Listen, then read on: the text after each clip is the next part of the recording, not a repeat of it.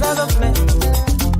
Ni maya tio, yago ni maya tio.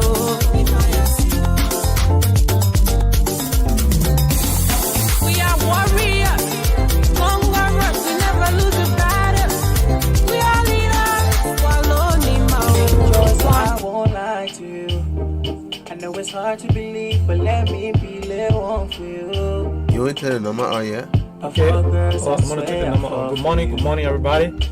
We're live coming to you from Philadelphia. There's a video. We're live. Steve with okay.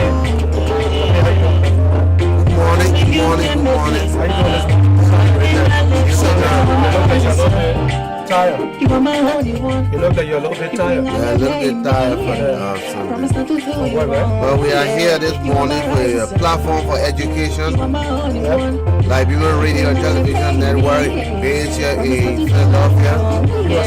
We gotta turn the radio, I got you. Okay. All right, this is a Liberian Radio and Television Network. We are live in Philadelphia, Pennsylvania, United States of America. Okay. Welcome, brothers and sisters in the diaspora, the UK, Australia, Africa, Canada, South America, Asia, Europe. Welcome. We are discussing congestive heart failure, or sometimes you will call it cardiac decompensation. Wow. So we discussing that, and if we had the best hospital home, all the African countries will come to Liberia. They will come to Liberia to get checked up, because we got equipment. Liberians here are equipped with everything. When you talk about the toe, we got a doctor for the toe. We got a doctor for the bone. We got a doctor for the skin. Okay, we got a doctor for the eyes. Yeah, we got a doctor for every part of your body. If we had done that and you retire, you go to Liberia, you will lie down there and then just rest. You will not even have any problem. But unfortunately for us, we have gotten the training, but we can't even help our own people because of our government. You see that? Those are some of the things. So we took this time to just educate you how to take care of yourself when you see some of these signs, and then you will get to know what is happening and when to go to the hospital, how to eat good to maintain yourself. The more you are educated, the longer you live. Okay? It expands your lifespan. So that's why we'll be giving you education on this platform, and not only help, but anything we know is valuable to you to know, we will also tell you. Just for the first thing, let me just tell you this, because when you come here, or whether here or back home, you should learn to be a law-abiding citizen. Law-abiding citizen. Sometimes, a few days ago, you see other people, the train passing. And when the train come into a particular area, the red light will show and the gate will come down. When the gate coming down, it means that every car that coming should stop. All right? But it happened that when this gate came down, other few friends who were rushing, they happened to pass through the gate faster, and another friend followed them. All of a sudden, she didn't make it. The train hit her and she had to die. You see, you are law-abiding citizen. You don't give up your life this way. So be a law-abiding citizen. When you see the gate is down, wait till the train has gone and passed. Then you can go on. Be a law-abiding citizen. All right? So we're going to be talking about congestive heart failure or cardiac decompensation. So we have what we call 12 symptoms and signs that you will have to know. Like we told you before, when you say heart failure starts from the right side. The right side of the heart. The right side of the heart receives oxygen. When you're breathing, that oxygen, you breathe it, it go into your lungs, it sit there. And when the blood comes from all part of your body, it go right to the right side of your heart. And the right side of your heart will send the blood to your lungs. Then the lung will equip that blood with the oxygen. And when you eat any food, the heart send that blood right to your stomach for what we call digestion. Because if you don't have digestion, what you do, you know what will happen? You will eat, and your stomach will be bloated. It will just stay in front of you because it's not digesting. Digesting means the food is being broken down. If you eat a lot of what we call protein is meat. You eat a lot of turkey, chicken, and other things like that. Enzyme that will break that food down, they will call it pepsin. When you eat a lot of rice, carbohydrate, enzyme will call that, the enzyme will break it down, it will be amylase. Now, when you eat a lot of oil, what will break it down called lipase. So these are different enzymes that break down the food that we eat. So when you see, I gave you 3 different enzymes, and that's how you should be eating your food. You see, you got balanced diet. When you have the oil, you have the protein, you have the carbohydrate. You see, you got balanced diet that way. In that way, you are not going to be thinking about getting sick. You see, but majority of all, we only concentrate on carbohydrate because it gave us energy. We just eat carbohydrate, no vegetable. We don't even put anything with oil on there, and just eat like that. No, try to learn to eat balanced diet. Okay, so that the enzyme will be able to break down your food, and then when they break it down, they take the good part and send it to your heart. The heart will then take those good parts and send it to all part of your body. Then your cell will grow, and when your cell grow, your tissue grow, your organ grow, your system grow. You see that? That's how it goes. You see, our body is in order more than the government we got. You see? Yeah. Our body is so much in order more than the government that we got back home. So I want you to understand that. You see, the body that you sit in there, that body that make you tall, that body making you walk, and that is very in order.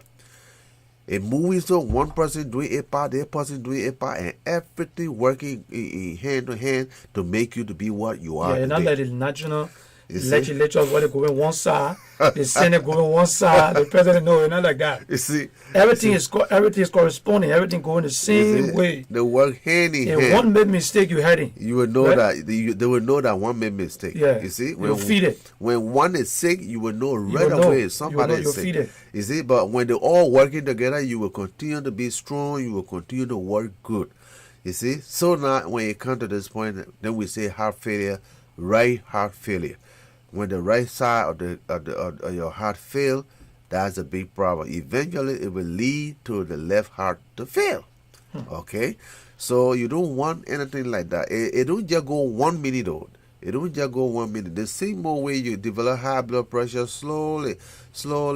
When you hit 40, you must just know that you're going to have high blood pressure. You know why? When you hit 40? 40.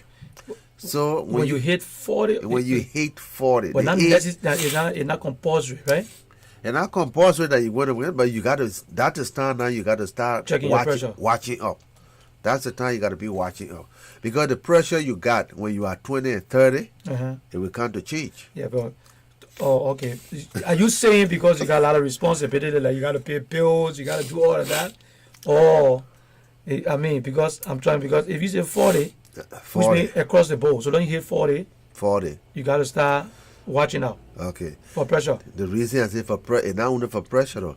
When you hit 40, your whole body system, that's what they call wear and tear.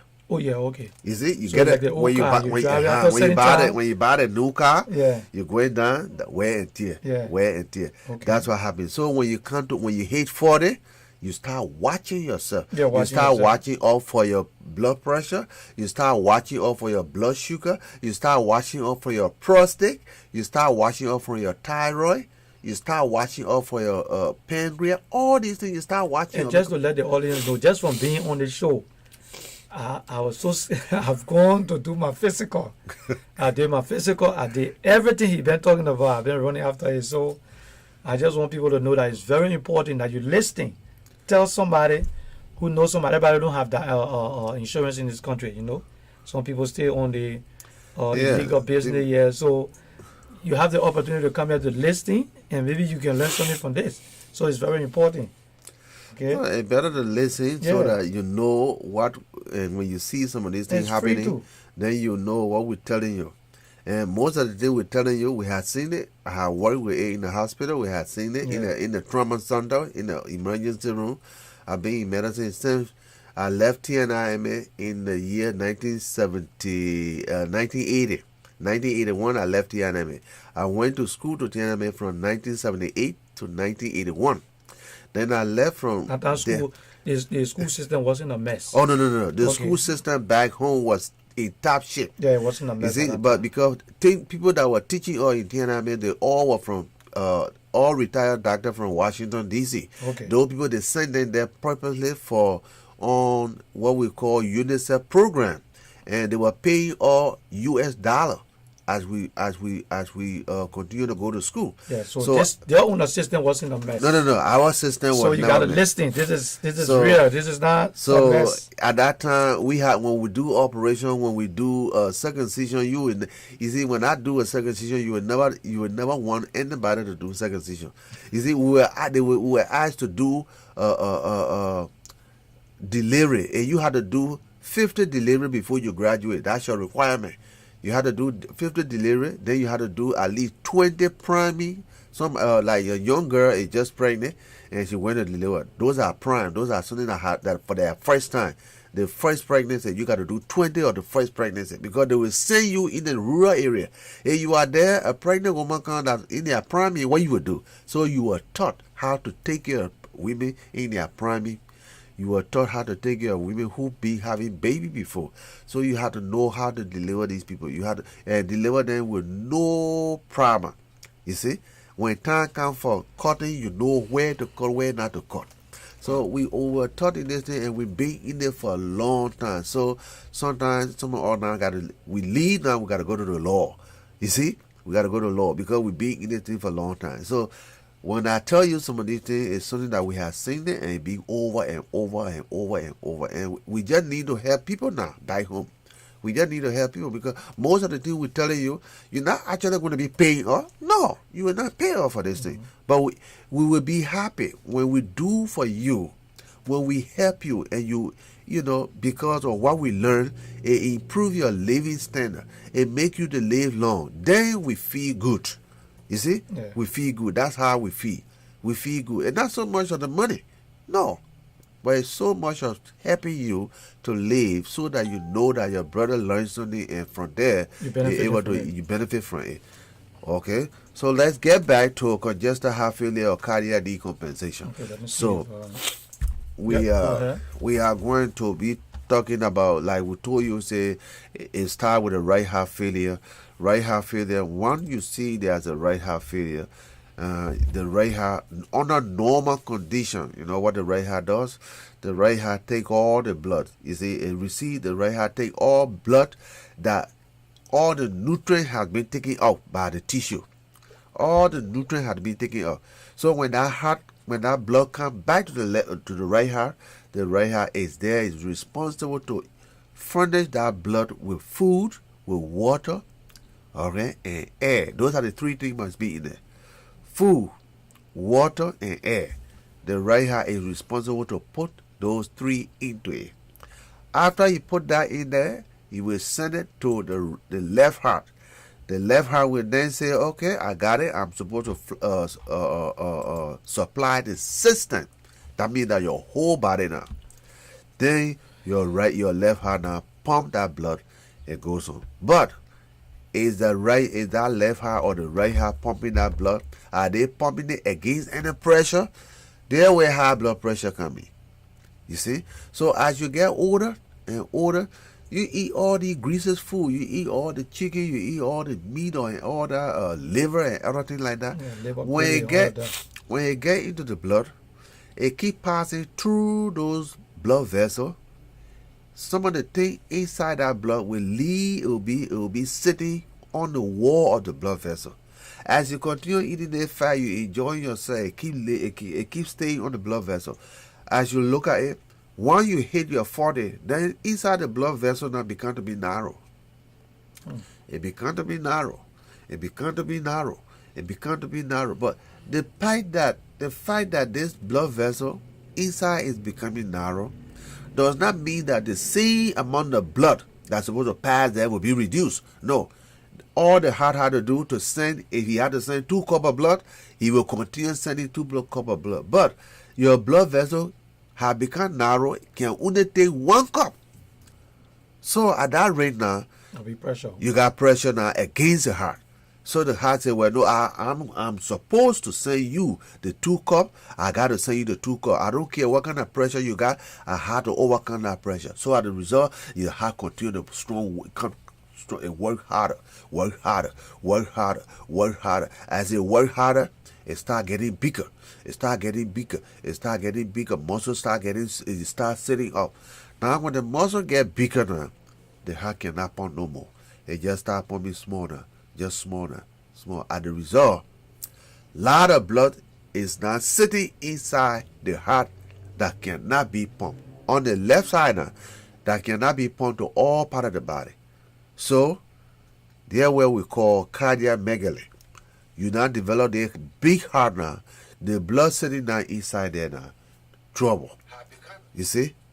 It's a trouble now. So what you do now at that time, you breathing, you don't have the amount of oxygen that you need. You don't have the amount of sodium that's supposed to be taken off from your blood. You don't have the amount of food that's supposed to be taken off from your blood. None of those things have been taken off. They're all sitting in the heart because the heart has pumped against pressure so much until the heart is failing now, cannot pump no more blood. So your tissue become to suffer because what? Hypoxia. No oxygen. And you don't have oxygen, you get confused, completely confused. No oxygen in your brain, you're doing something different. You see? You got a problem. Yeah. You see? So those are the things that happen with the high blood pressure. When you develop high blood pressure, a lot of big things can go on with you. Then if the heart continue to pump, maybe the artery that leading to your head is the one that clot. Okay? If that one that is so narrow, when the heart pump with that amount of pressure, it will break. When it break, that's where we call it stroke. That's what we call stroke. It break and it start bleeding on the head, on the brain. And brain does not like anything blood on it. When they get on it, that particular, all part of your brain control your body. If it get on that side, like we would say, simple thing is just simple thing you should know. Left side of the brain control the right side of the body. Left side of the brain control the right side of the body. Then the right side of the brain control the left side of the body. You see? So you will see somebody, the left side of the mouth, it bend. Then it going down. It sloping. He had stroke. But what side did he have the stroke? In the mouth, in the left corner of the mouth is twisted. The man had stroke on the right side of his brain. And he had stroke on the left side. Is that curable? Stroke? Yeah. Stroke, you just got to go to the therapy, right? The physical therapy. You had to go. You had but to be you can going come to back to your regular state. Can you come back to the regular state? Because most people say that it's hard to really come back to what you was if you have a stroke. It depends on the stroke, right? Yeah, it depends on the stroke, where you had the stroke. If you have mild stroke, you can go to rehab. Yeah, rehab. And rehab will take care of you, and then you will continue to move your leg good. You start doing exercise and eating right at that time. Yeah. That's why we say start eating right when you are 40. You see, you start eating right, then you will come back. In the first place, you don't want to have that. Yeah, so prevention is very important. Yeah, you don't want to have stroke. You do not want to have stroke. So it's not right to have stroke. So when you start having swollen feet, your ankle swollen, then when you put your hand in it, there's a damage. The heart problem. That's a heart problem. It means that the heart is not pumping enough blood to get it to the kidney, and the kidney will try to filter it and take the sodium from it. It's not pumping that much. So as a result, it sits in your leg. You see? So the sign there would be a swollen feet, swollen ankle. That would be the first thing you will start noticing. You see? The next thing we'll be thinking about is you have what we call fatigue. You are tired easily. Why are you tired? Because you don't have that much oxygen in your body. Carbohydrate, the blood is not pumping enough. If you have blood pumping to all your muscle, you will have energy because oxygen and food will be there, oxygen and sugar will be there, and you'll be able to work. But if you don't have it and you start breathing fast, because you have lesser amount of oxygen in the blood, and the blood that there is not enough, so you'll be tired. All right. The next thing, you become dizzy because if the heart pumping just small amount of blood. What will happen? If you lie down, okay, the heart pumping small amount of blood, but you lie down. But all of a sudden, somebody call you, you got up, and then you sat down on the bed. When you sat down, once you got up and sat down on that bed, you will feel dizzy. You can't get up and stand on your feet because if you do, you will fall. Because you don't have enough blood with oxygen to maintain your balance. You see? So, and that part of the brain that's supposed to balance you is your cerebellum. So you don't have that. So, your balance will go. You'll be lightheadedness, something like that. You'll be lightheadedness, and especially when you are lightheadedness, maybe the heart is pumping faster. And when the heart is pumping faster, it decreases the amount of blood that's supposed to go to your body. We call that cardiac output. Cardiac output is decreased. You start having what we call lightheadedness and dizziness because the amount of blood that's supposed to be going is cut short now. The heart is pumping. It's not supposed to be pumping fast like that. So those are the things happen when you start having lightheadedness and you start having extra heartbeat. Extra heartbeat can cause lightheadedness. You see, you sitting there, you say your heartbeat, and I think somebody calling my knee. Okay, somebody calling your knee, but is somebody actually calling your knee before your heart will beat fast? That is not something that you say somebody calling your knee. All right. The next thing is that you don't have enough oxygen in this blood. It's not supplying your heart muscle, and your heart muscle will start having problem with working. As a result, you develop pain. You have chest pain, and that chest pain must be able to move from your chest, move to your arm, move to your neck, move to your chin, and other things like that. You should know that's chest pain. You see, and that chest pain can cause a heart attack. If that chest pain, if the blood vessel is going to your left side of your heart, that's supposed to pump that muscle. That muscle that's supposed to strengthen the muscle to pump the heart. If that particular blood vessel is lacking oxygen, it will not pump and the heart will stop right there. You see that? Ischemia. You now develop something heart attack. That's what we talk about heart attack can be. Okay. Then you see people who have chronic cough. Chronic cough, you see people with chronic cough, you always have to be thinking about yourself. You see? Why they having chronic cough. And that happens in the late stage of the heart failure. All right, chronic cough, and when they call, they will put it down, but it is sometimes like pink and brownish color or something like that. Chronic cough. You see somebody snoring. You see when they sit down, they start snoring. You see when you snore, you think you taking you think you're allowing the oxygen to pass. No, you are not having that. Like you are choking and other things like that. Snoring. So people who snore a lot think about heart failure. Then you have, when you're sitting down, you have your heart in your chair. You will be sitting down doing all of a sudden you're minding your business. Then you start feeling your chest, boop, boop, boop, boop, boop. Your heart beating fast. Then you say, but wait, somebody calling your name. You see that extra heartbeat. So somebody talking about you. Yeah, somebody talking about me. About you. The person talking about me. You see, if somebody talking about you, that's not how your heart will beat. That's the extra heart sound. We don't want it that way. Yeah. You see, that heart sound comes from anxiety, it comes from fear, it comes from excitement, surprise, and other things like that. Somebody surprised you, your heart beat faster. You are excited, your heart beat faster. But normally you are not excited, you're sitting there minding your business, your heart beat faster. You should know that extra heartbeat. You want to know, you want to investigate where it comes from. Maybe the electrical system of your heart is in trouble. Okay? The electrical system is supposed to come from your sinoatrial node and come all the way to in the middle of your heart, then all the way to your heart muscle. But if that pathway is blocked, you got problem. Okay. So we're gonna take a quick break, and we'll be right back. We'll be and I right see, back. I think you can see Mr. P is a little bit exhausted, so I had to So- drag him to come in because, he promised to be on a Wednesday, so we had to Yeah. make sure we get in here. So that's So why stay we're back. tuned, and we're gonna be right back. We'll and come I'll have him back. to come back. And if you have a question, please just stand by and try to ask your question right now if you have any questions, so we've got to wrap up because we have Steven who is standing by. He's going to be on here to. There's a post that he did on Facebook which I read, and he's going to come up and give a little explanation on details on what about his post that he posted on Facebook. So we're going to take a little break and we'll be right back. Share the video. We got a lot on the plate for you.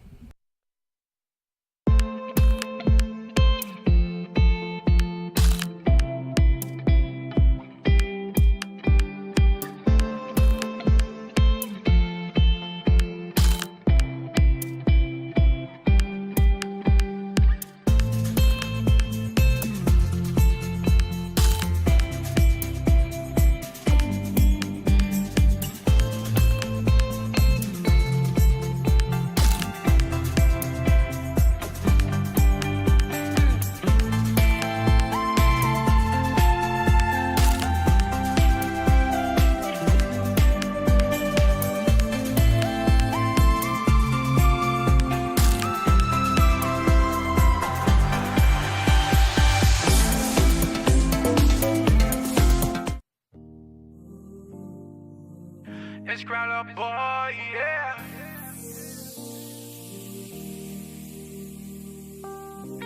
I too happy you came my way. Oh, da. Soon on day break like your face, I wanna see. I just wanna be loving you. That's just how I wanna be. I will ride for you like Gange. Now I want you, you not pamble. I love you, don't touch it. Oh, got me singing like morning, oh, morning, baby. I just wanna sing morning, oh, morning, baby. Got a song for you, yeah. Morning, oh, morning, baby. I'm in love with you. Morning, oh, morning, baby.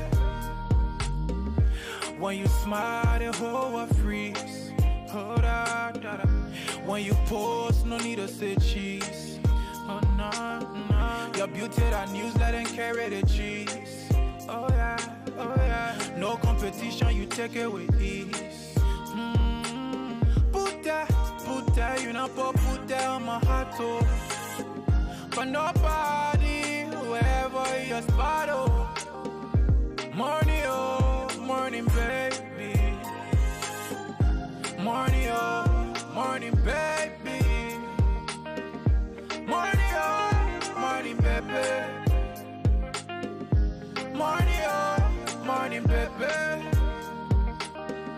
Ellie with my bone, I won't pour you in glass. Yeah, oh yeah. Fly salmon, I'll touch you when you pass. Sorry for the delay, but We are right back. we have another studio guest who is in the studio, and he's going to be coming on right after Mr. P leave. So he's already in. His name is Monique Shen from Willingboro. So he's in the studio already. So Mr. P, continue. Yeah, we will be. So we are discussing congestive heart failure or what you call cardiac compensation, decompensation. So we discussing the different sign that will alert you when you have heart failure or you see somebody with heart failure. And with the ninth symptom would be somebody who is confused. Either you're having irregular heartbeat, or your heart is not beating according to the way it's supposed to be beating. It will reduce what? It will reduce the intake of oxygen. The amount of oxygen that's supposed to go to your body, it will be reduced, and when you go to your brain, that's why you become confused, because the amount that there is not right. So you become confused right there. And your knee, your brain actually need what we call oxygen to maintain your cognition. That's your thinking part. So you will not be able to think, you'll be confused. So when you don't have that part of it, then the next thing you will be thinking about, it will be somebody who is profusely sweating. You see, you're sitting down and it is cold, but somebody just sitting there and just sweating, sweating, sweating. You gotta know why you sweating like that when it's so cold. So you gotta know that that person is getting into big problem. You see, then you have somebody complaining about pain in the throat. It is not all the pain in the throat that is pain of that pain happening to the throat by itself. It's the pain that travel from the chest. Okay, let me say this to Morris. Morris is saying why we're using different city background. Morris, we are located in Philadelphia. That's why you see the city behind us. So we're in studio. So you see the city behind us. That tells you we're located in Philadelphia. Philadelphia, that's all right. So I don't know if you're in America or you're in Liberia, but we cannot have Liberia background behind us here.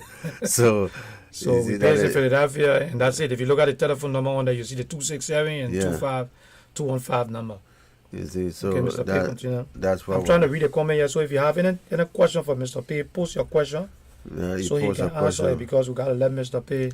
So Mr. P gotta take a leave. He's tired and he gotta go and relax.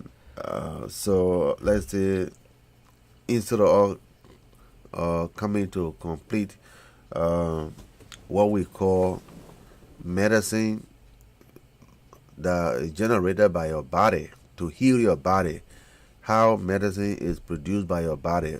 Instead of talking to you about that, we will be talking to you about that on the Friday. On the Friday. That's going to be what happens to sex when you have sex. Why do people have sex, and when they have sex, what's the benefit of that? So that's what we're going to be discussing on the Friday.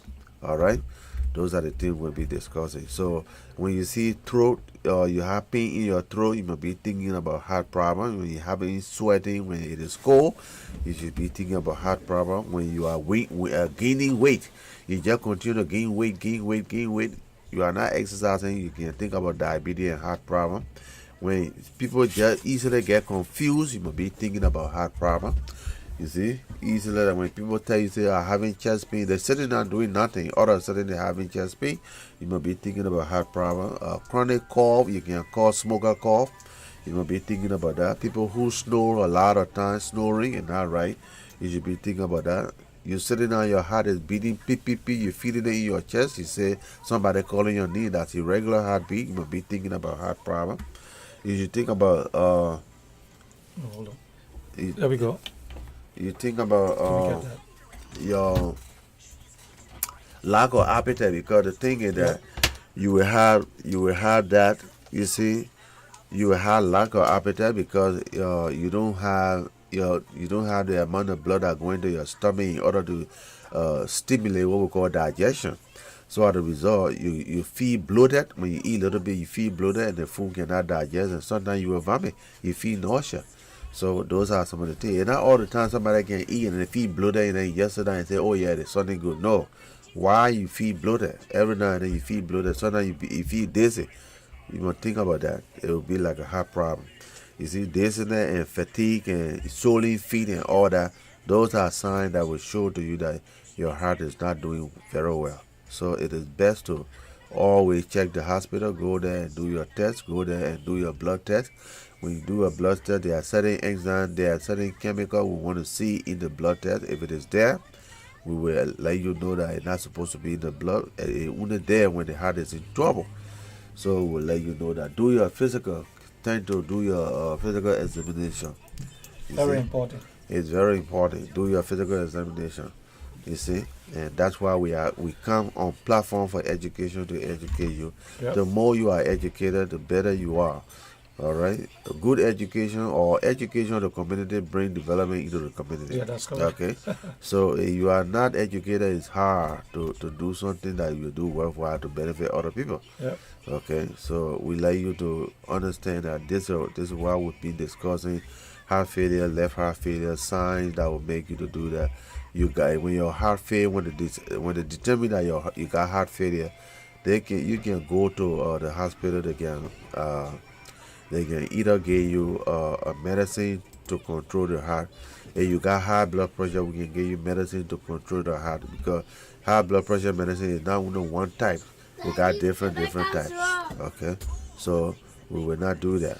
So the next thing is, if your heart is beating fast, or your heart you're having regular heartbeat. If it's not right, sometimes your heartbeat will stop for a few times. It beat and stop for a few times. If that few times beating and stopping is causing you problems, then we will have to give you what we call pacemaker. We got to insert pacemaker in your in your chest, Yeah. in order to make sure that when you have problem, when your heart fails, your heart cannot beat, the pacemaker will come in and will stimulate your heart to beat the way it's supposed to be beating. So this is why we explain to you so that you know heart failure is not it's not one side. You can have heart failure, maybe your electrical system did not work, then we give you pacemaker. You can have heart failure, maybe you got a high blood pressure, the heart have been pumping against high pressure in your artery. We have to give you a medicine to clear up that pressure. You see, so those are the things that will help us to, let you know that you got a high pressure, high problem, and it can be, alleviated. So we'll let you to know that if you have any problem, if you have any question, you can call us right now. Then we can discuss it. Okay. Or else then we will be able to call you. We'll be able to come back to you on the Friday and discuss the health benefit of sex. Okay. We don't have the time, so we're going to let Mr. Pedro leave because we have another caller that we got to bring on. So we're going to have Mr. Pedro leave. Then we will be here on Friday. Mr. Pedro will be here on Friday to continue the program. So stay back, relax. We're going to bring our next caller. We got George or Steven. I'm going to get in touch with Steven. He's going to be with us for 15 minutes because he got to go to work. And we'll have you to keep watching. And this is the Liberian Radio and Television Network. Thank you so much. Okay.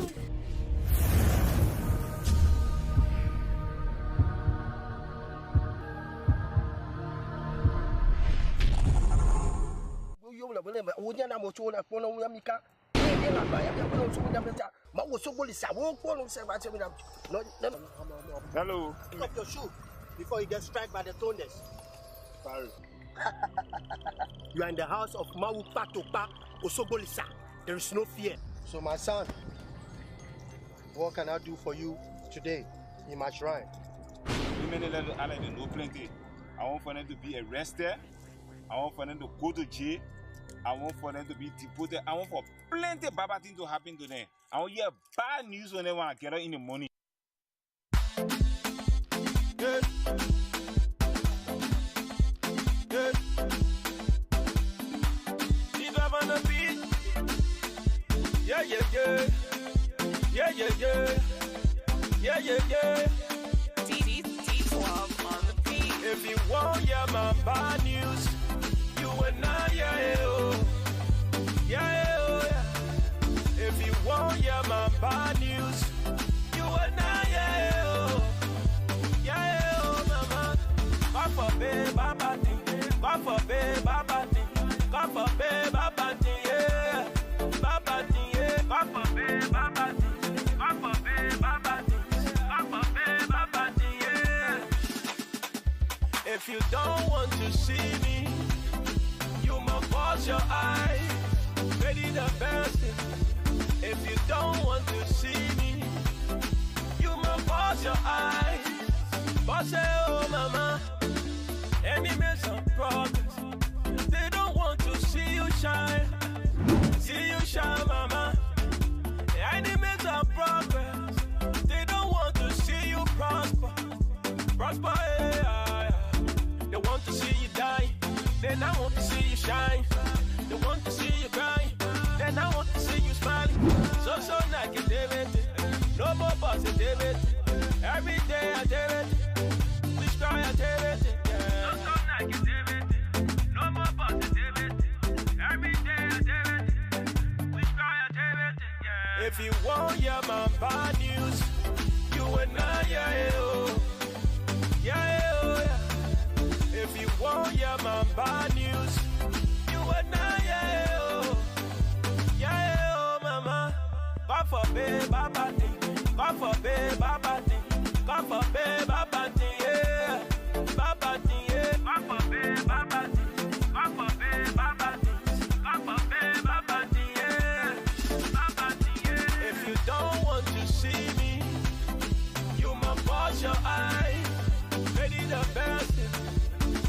don't want to see me. Yeah. You must pass your eyes. Pass it, oh mama. Aye. Be a Bombay. Be a Bombay. You can pass my eyes. Hey. Ah. Any may I progress. You can see me, oh. I waiting from you. I Gucci, Prada. Any man, they want scatter man, dada. Fella, what a man carry me. They fella, I look at that one swallow me. Any man all around me, I can't see them, oh. Yeah. Well, yeah, say I suffering. You won't, yeah, say I crying. You won't, yeah, say I dying. You and I, yeah, God forbid. You won't, yeah, say I broke. You won't, yeah, say I break down. God forbid, Baba thing. God forbid, Baba thing. God forbid, Baba thing, yeah. Baba thing, yeah. God forbid, Baba thing. God forbid, Baba thing. God forbid, Baba thing, yeah. Now, yeah, you waiting more. Now, my bad news, you waiting more, yeah. If you want, yeah, my bad news, you and I, yeah, oh. Yeah. If you want, yeah, my bad news, you and I, yeah, oh. Yeah, oh, mama. God forbid, Baba thing. God forbid. Okay,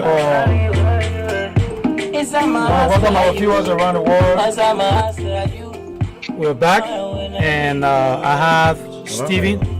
Steven is on the line, and is on the line directly from Philadelphia too. And I have Monica in the studio. Just to let you know, audience, we have Money brought her little son in the studio. So if you hear a little kid behind there, we got him on candy and stuff like that, trying to keep him down because we wanted him to come in. Want him to come in the studio. So we got Steven. Steven is on the line. And Steven, you there? I'm here, gentlemen. Okay, how you doing, Steven? How's everything, man? How you doing? I'm doing good. Thank you for having me. You know the weather is beautiful out there today. Yeah, it is beautiful. Okay. All right. Nice to have you on, man. Nice to have you on. And Money, how you doing today, man? Yeah, I'm okay, my brother. I'm fine. Thank God for life. Okay. I hope I just introduced you to Steven, and we're going to dive into this thing right away.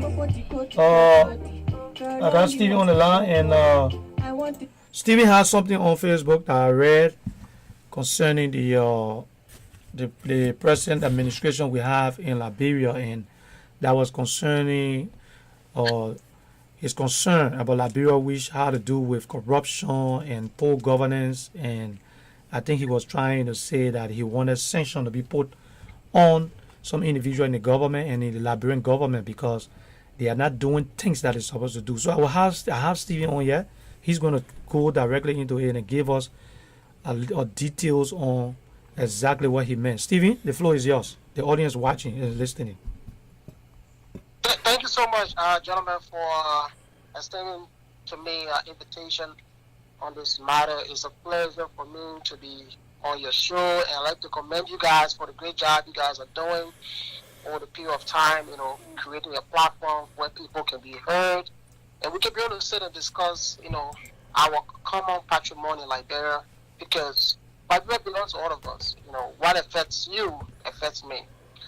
Talking about my letter that I wrote to the U.S. Secretary of State, Michael Pompon, this letter is something that I believe very strong in the details of this letter, because our country has come a very long way. Africa's oldest republic. If you want to look at our country and look at other nations around us, you realize we actually do not represent what we stand for. And this is just sad. After so many years of independence, and a small country, small people, 4.5 million people, we cannot even manage ourselves properly. We have a country that is not even governed properly. We have a country that is so divided. And worst of all, the country remains at the bottom of the corruption seabelt. And so we as citizens who are open to be in the diaspora and live in other places who have experienced first hand of development, and we've seen countries grow because those countries put together what I call a fast-paced policy to develop those countries. They have been very successful in improving the lives of our people. It hasn't been a magic. But why is it we as a country, we are always dragging behind? And the reason is because we have bad governance, bad leaders, and people who don't love the country. Instead, they just want to seek self-aggrandizement.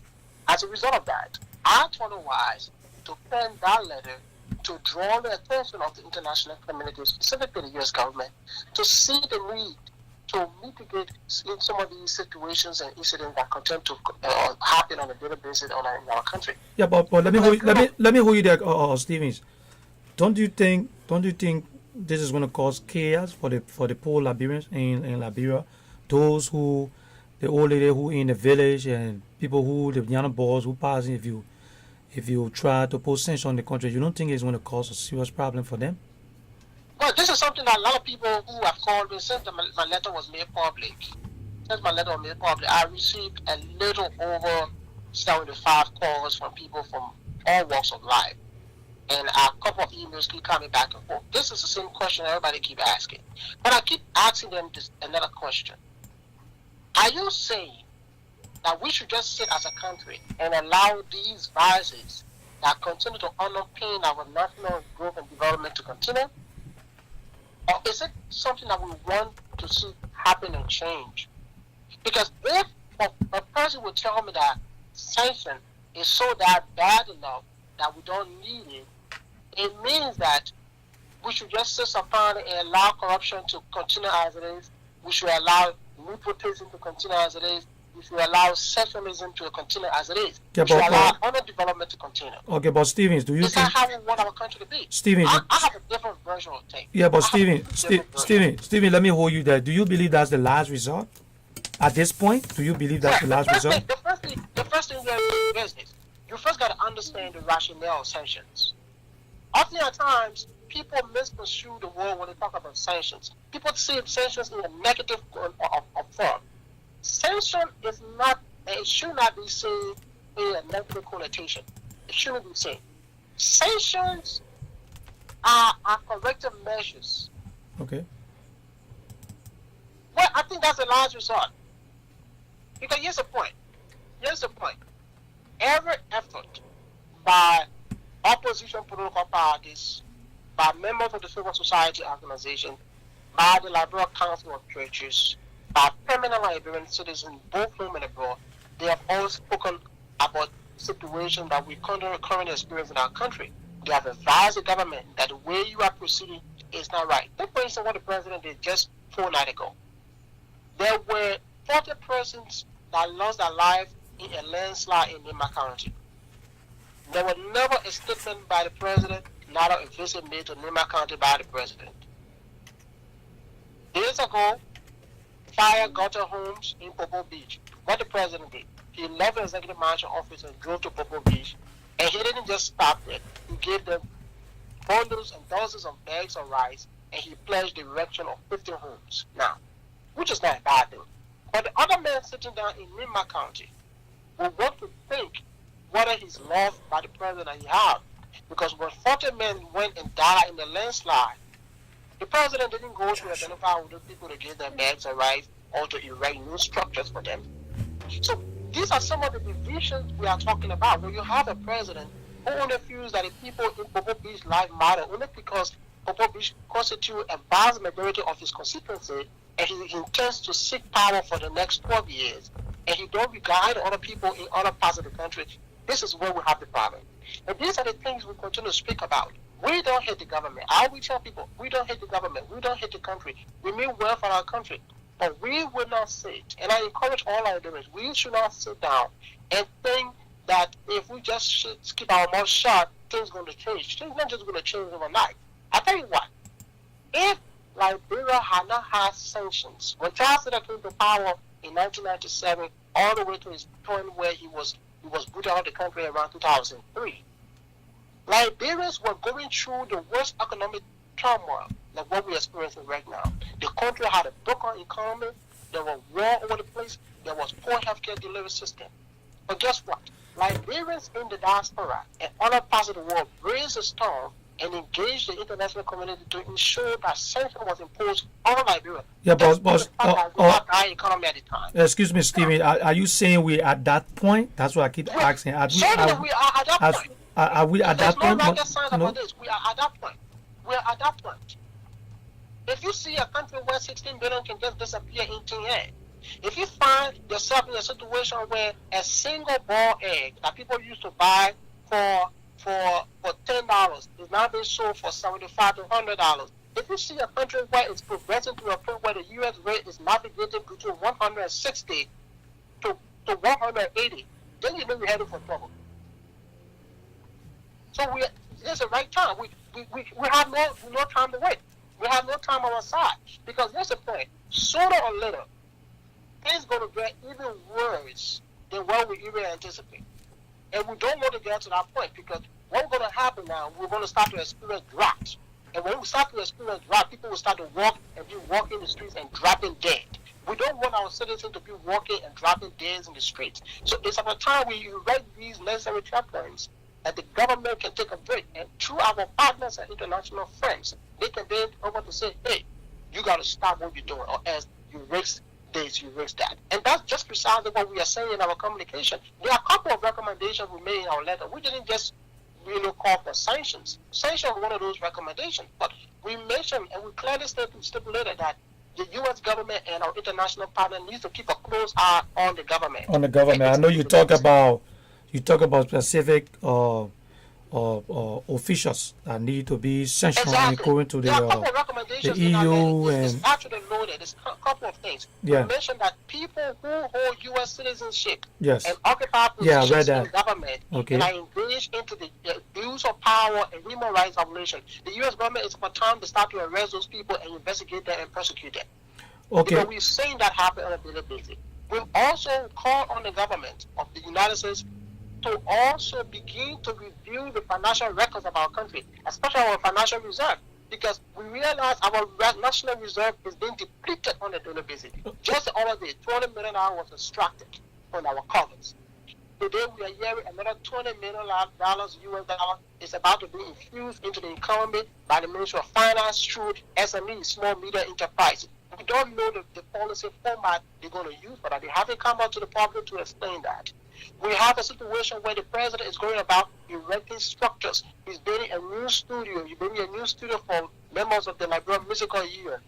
Where is he taking those money from? Okay. Who's approving those spending lines? Okay, let me ask you something, Stephen. Are you affiliated with any political party? Are you a part of any political party in Liberia? I am not a so part you of just a concerned you just a concerned citizen. I'm just an ordinary Liberian citizen who wants to see the best happen for my country. Yeah, because the reason I've come a long way.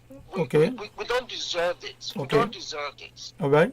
The reason I'm asking this question because we had a little backsplash from Cindy and the group that went over to Washington to protest for the DED and TPS, and they all went there, and somebody heard somebody making a statement that they should put sanction on the Republic of Liberia, and people were concerned. People in Liberia got angry and said they don't know where they're coming from. They are opposition and all of that. That's why I'm asking this question because we know that a lot of recommendations have been given to the government, and from my understanding, and what we're getting is the president is not listening. That's what people keep saying. That's what we keep getting. That's a natural phenomenon. That's a natural phenomenon, especially in Liberia, especially when it comes to the presidency of President George Weah. Okay. They don't listen. They don't listen at all. Okay, and like I said, there have been a lot of calls. But again, I always tell people, and I will say this for the records, we don't belong to any political class. Our party is Liberia. We support Liberia 100%. What we want to see the rule of law be respected. We want to see people who are accused of sampling government money are arrested and prosecuted and investigated to the full length. We don't want to see our laws being violated in broad daylight. A classic example was a recent trial of former Justice Janet. Our constitution was grossly butchered just to satisfy the political aggrandizement of certain class of people in government. Yeah, but we cannot continue to fly on this identical road. Yeah, but we need a new dimension. Yeah, but And that's why I have elevated the debate at the level of the State Department so that the State Department official can be aware. Now, don't get me wrong. If you were to read a 2018 report from the U.S. State Department on Liberia, that report captures nearly all of what we mentioned in our communication. There's nothing new. The economy is bad. You need not to be a rocket scientist to know that. You need not to be a rocket scientist to know that we don't have a good health system. Our health system is a mess. Our educational system is rotten. Everything is just broken down. All we see is the government is erecting feeder roads. We see mansions being erected by government officials. They go to banks, they take loan for their personal aggrandizement, and they're erecting their private homes around here while their children and girlfriends are flying to Europe and coming to America on vacation. Okay, Steve, the majority of our people remain at the bottom of the poverty line, and we are stricken. Okay. We cannot even afford a daily meal on a daily basis. But yet, somebody says sanction is not a good thing. Okay. We call for a lot of options. Okay. We don't really just call it for sanction. We said we want the implementation of the Inter Reconciliation Commission, implemented. That's one of the things we call for in our communication. We want TRC report. We want the report to be fully implemented because we believe that there are people in government who rule the corridor of state power who are war criminals and continue to enjoy the sweat of ordinary Liberians. Those people, they kill, they murder, they have power today, they don't care, and they continue to harm those same people that they left behind and already exist today.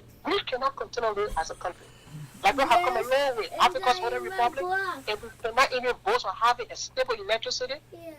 It's a shame. And yet every day we want investors to go home. Okay. We want investors to go back. Okay. To any country where you don't have a stable power. That's the first thing you will have to attract investment. Okay, let me come in.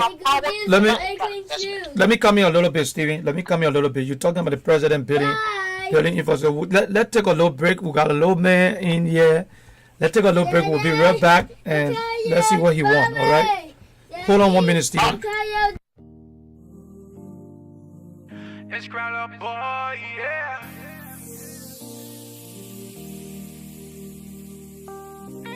I too happy you came my way. Oh, da. Soon on day break like your face I wanna see. I just wanna be loving you, like just how I wanna be. I will ride for you like Gange. Now I want you, you not pamble. I love you, don't touch it. Oh. Okay, sorry, we're back and we had our studio guest had to go take care of his son to the back. So, Steven, let me ask you something, right? I'm viewing all the comments here. I understand that people have a problem with President. We are building our homes and accumulating property at this time. But from our understanding during the campaign, you know that this guy was a millionaire, right? He had $85 million. He worth $85 million. That was the story, all right? And people saying that there was no security, things wasn't in the right direction, so he never wanted to come up with his cash.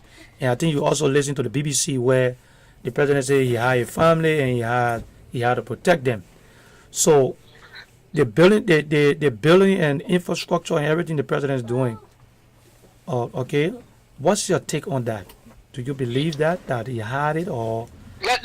Let me first speak to the issue of we are so-called $85 million clean.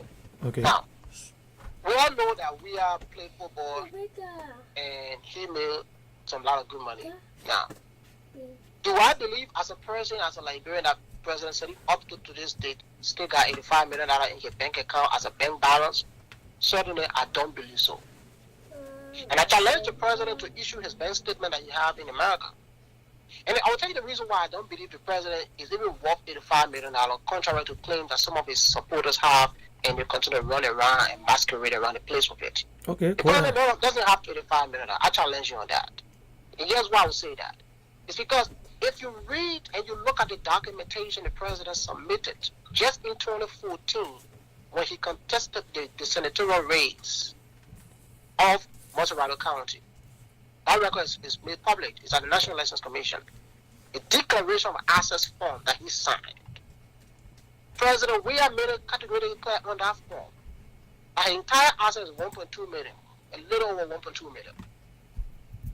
Now, if a man claims that he worked in 5 million, don't you think he would be more than proud enough to mention that on the documentation that calls for him making a full disclosure of his worth? He should be proud enough to mention that, look, I'm worth 85 million, I have this amount of money in my bank account. But he mentioned that his worth was $1.2 million. So we believe that, we take it as it is.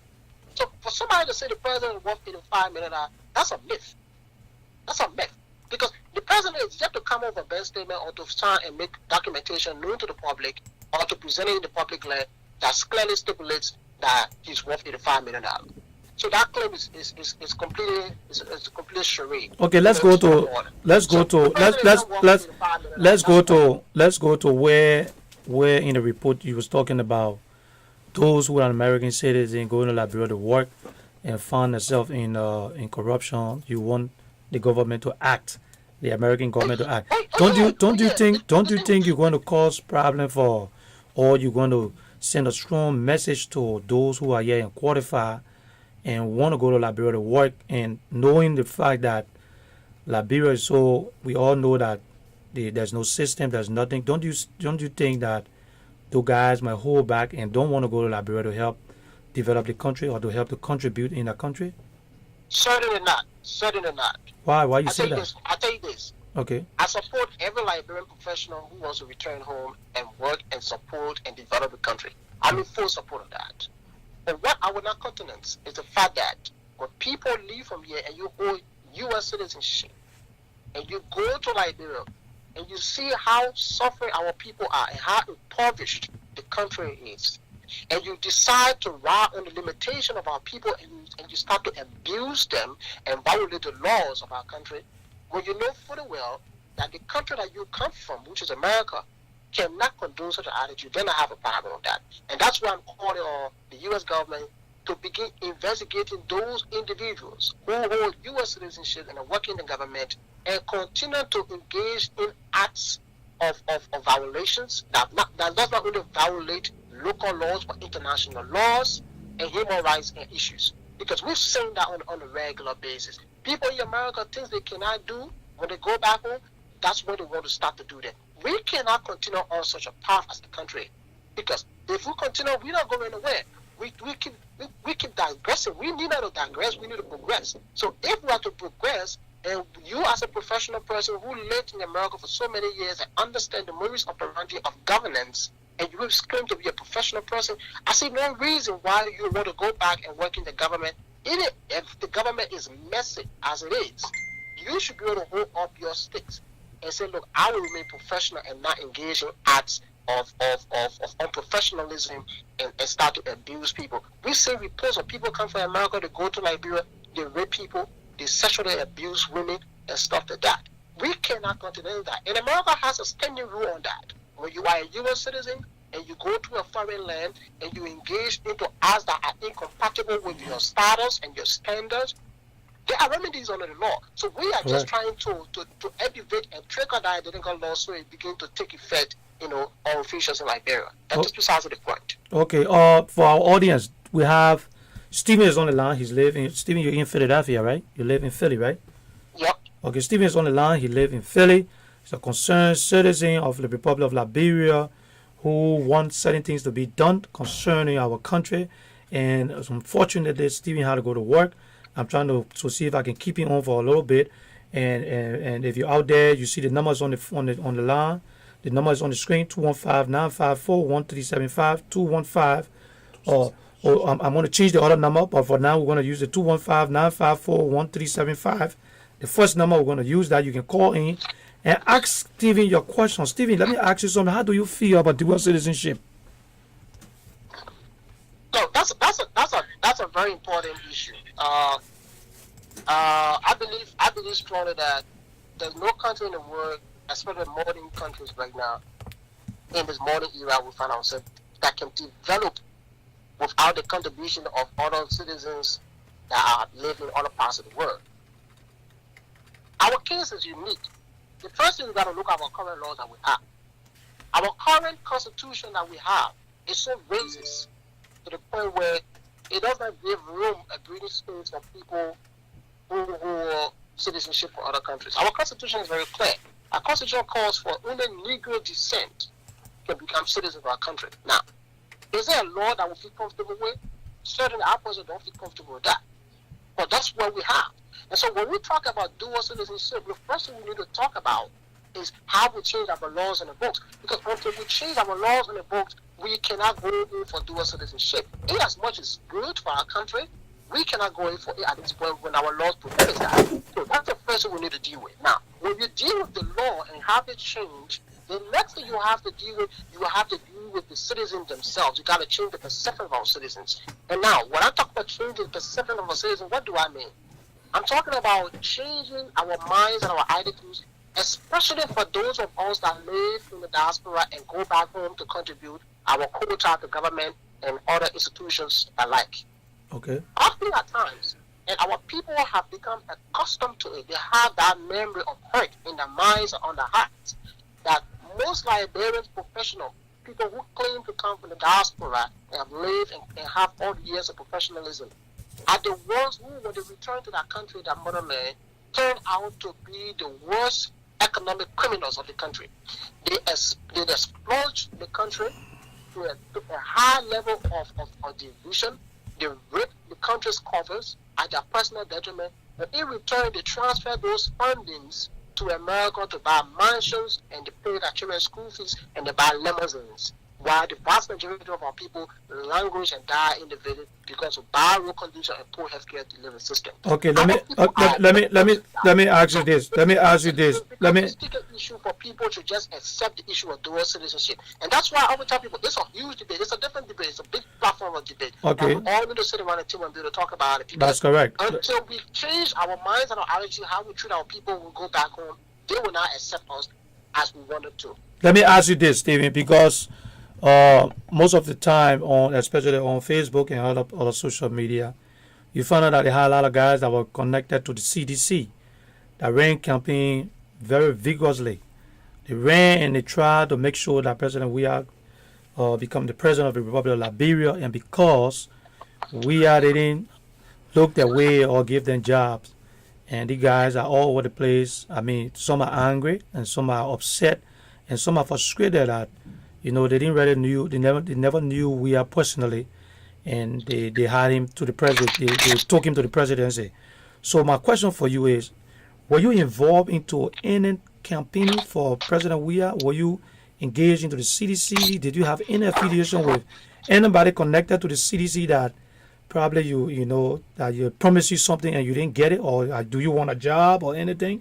That's why you're upset and you're writing. I like to ask the question, because the audience are watching, and unfortunately, you're only talking. People can see your picture. I'm going to try my best to bring you on because we want people to know and see that everybody not after a job or everybody not after certain things. So, can you respond to that question, please?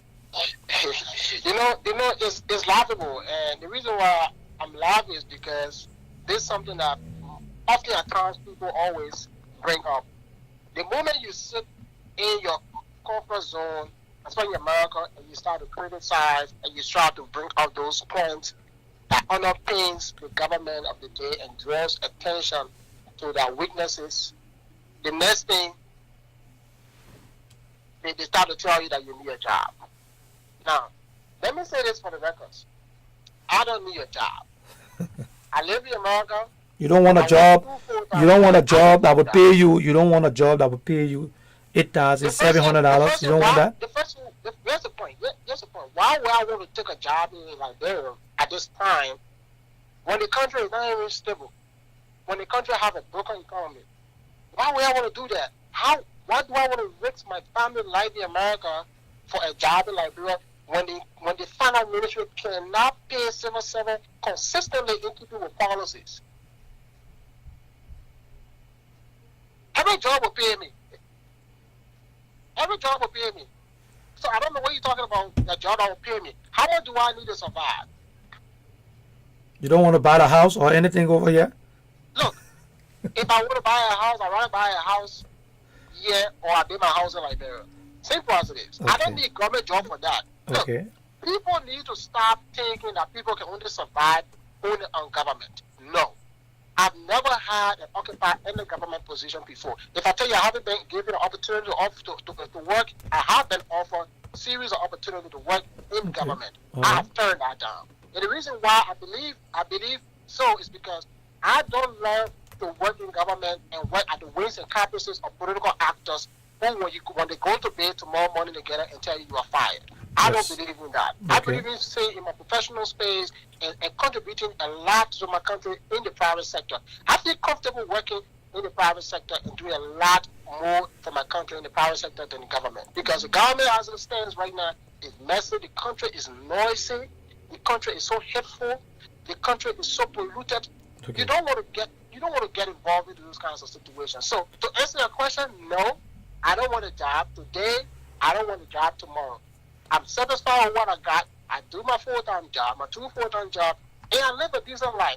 God continue to shower His blessing on me and my family.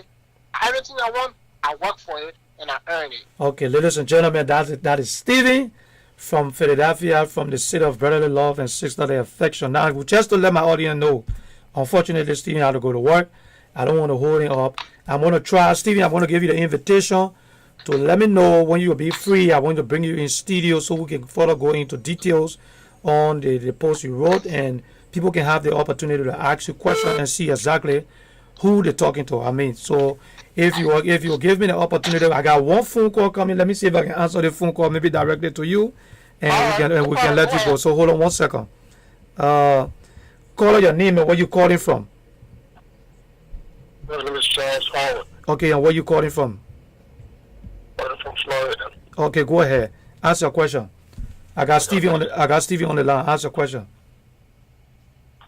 Yeah, I didn't get the topic. I was driving. That's why I just tuned in. Okay, you were driving. Steven is on the line, and Steven is asking for sanction on the we are government, because he said we are at the point where we cannot sit and fold our hands. We got to get up and do something. So he feel that there should be some sanction posed on Liberia and some individual in the government, and there are certain things that need to be done. So what's your take on that? And Steven is on the line. And can you please control your background, please? Okay, well, Steven and the rest of the guests, I don't know if sanction is the way forward. We have to look at the impact of sanctions. When you create sanction on the government, especially like Liberia, where 80% of the government employment or the population depends on government, then it's going to affect the poor people down the street. Because all those guys have either they are U.S. citizens or they're holding green cards, something like that. You can leave Liberia at any time. So we have to look at the way forward. If the government is not being productive, we either have to engage them in sitting down and discussing on the way forward to make sure we are delivering for the Liberian people. Control your background, please. For sanction for Liberia, right now, I think it's not a very good move because there is no impact to lower people badly. And all they would do, they would say, well, the people sanction us. Your eyes on the sanction us. They sanction us, so you can't get anything. So it becomes stagnant. So whatever is available, to convert it for themselves and their families, and that be the rest of it. So you're saying sanction on Liberia when they're going to use that to let the people know because they are not doing good things in the country. That's that because they're going to use that against the people, against the those that are asking for the sanction, right? That they're not doing anything because the sanction posed. The sanction as an excuse. Excuse, okay, yeah, correct. Then they will stop everything. So your eyes for the sanction. So since the sanction here will not give you any development. Yeah, but according to Steven saying that a lot of recommendations have been made and a lot of things that are going on in the country that we're at the point where the present administration is not going to listen. So the only way forward is to make sure we see if we can start putting sanction on the government and some individual who are who are American citizens and going back home and participating in corruption. Yeah, but Stephen, the thing again is that we all should stop acting on our emotions. We should stop. First of all, like you said, in elementary school, when you get to the road, you stop. You look left, you look right, you look right, you look left, and then you cross. So before we start for sanction, let's look at the implication of the sanctions. How it's going to impact the ordinary man down the street. Again, Everybody over there, they either hold a green card or they are U.S. citizen. Not because they pretended over there. Okay? So we have to know that they can leave their country any time. Just when they're going to go back to Paris, to France. I think you got citizenship in France, you got access to France or anywhere else. So we shouldn't worry about them. We should worry about the people in the country. So in order to bring sanctions that are discussed carefully, let's look for other ways and means that we can push the government to the point where they will focus and deliver what they were elected for. Okay. But I think sanction right now is a problem for the ordinary people. Okay, Carter, thank you so much, and I'll have Stephen to answer that, and we can let Stephen go. And Stephen, we give you the opportunity to come back here because, I mean, you got to go to work, and I caught you the wrong time, so. We'll give you the opportunity to come. So, Stephen, go ahead and just. Thank you. I listened to the caller, understand, and he made a very brilliant point. But you see, and I said before, when Charles Taylor was in power, when the issue of sanctions came up, people said the same thing the brother just said. They said the ordinary people were defeated, the country was bad, and mind you, at the time when that discussion was being held, Nigeria were being faced with the worst economic situation and condition on the Charles Taylor. You had a broken system. There was no food coming into the country. War was being fought. People were being killed on a daily basis. Poor healthcare delivery system. And you can just name the rest. People said sanction wasn't necessarily tight because it was going to worsen the situation. But guess what? The American people and our international partners said, no, it's appropriate because if we don't stop what is going on, more lives will be lost. Now, I tell you, coming back to reality, if we don't put measures into place like I've recommended to the U.S. government and other international partners, I'm telling you, frankly, sooner or later, our citizens will be walking dead. And I tell you, sanctions have different forms. The government can be placed on sanctions if the international community deems necessary to the U.S. government. They can also decide to place sanctions on certain individuals in the government and not necessarily the entire country. Okay. They can also decide to place sanctions on certain commodities. Okay. They can decide to place sanctions on assets, freeze, or whatever. So there are different forms of such sanctions. So I don't want people seeing it from a whole holistic point of view. So so it should be a signal, something like a signal sent to them. Exactly. That we That's the point. yes. That's the point. Okay. That's the point. Okay. If the U.S. government, just a minute, let me just learn. If the U.S. government at the time on the Charles Taylor, if the U.S. government had not imposed sanctions, today the relative peace we have would have been enjoying it. I tell you frankly, because by now private sector who have hijacked power, maybe you go for a second term, and the country will going to still be in a serious political and serious conflict. If we had not imposed sanctions at the time of Charles Taylor, we would have had a the president of Ellie Johnson. We would have had the George Weah of today. We would have had all of these people we see around here. So sanctions are corrective measures. They should be seen in good faith and not in a negative connotation. Okay. Yes, But I agree with you. Sanction can be done in different directions, geared towards or put in different areas of the government. But you said something that caught my attention very well. Charles Taylor government, you said, had a lot of sanction on them. Okay? At the end of the day, who suffered with all the sanctions? The Liberian people. You understand? The Liberian people still suffer. The problem we have is not just today. And I will use one word. The problem we have with Liberia is Liberians themselves, the lack of awareness. I will not say education, the lack of awareness. Because if every time people come and do the same thing, and other people come and say, oh, the person will do this thing, they say, okay, let's try the other government. Maybe they will do, maybe that, maybe can everybody's talking today. So if Liberian people were going to listen to all the different things that are being said about the different candidates during the election time, and elect the right person, we will not have a problem. But we are here now. What do we do? So I'm still saying to you is that even if we issue sanction on the wealth, on the travel, or different things, at the end of the day, it's ordinary people who are supposed to go to work are coming. Those are the people who have to go to work and find these things for development to bring back to the people. So if we sanction them, then that means they will say, well, since they say they should sanction us in different ways, we cannot do nothing. So so you will suffer.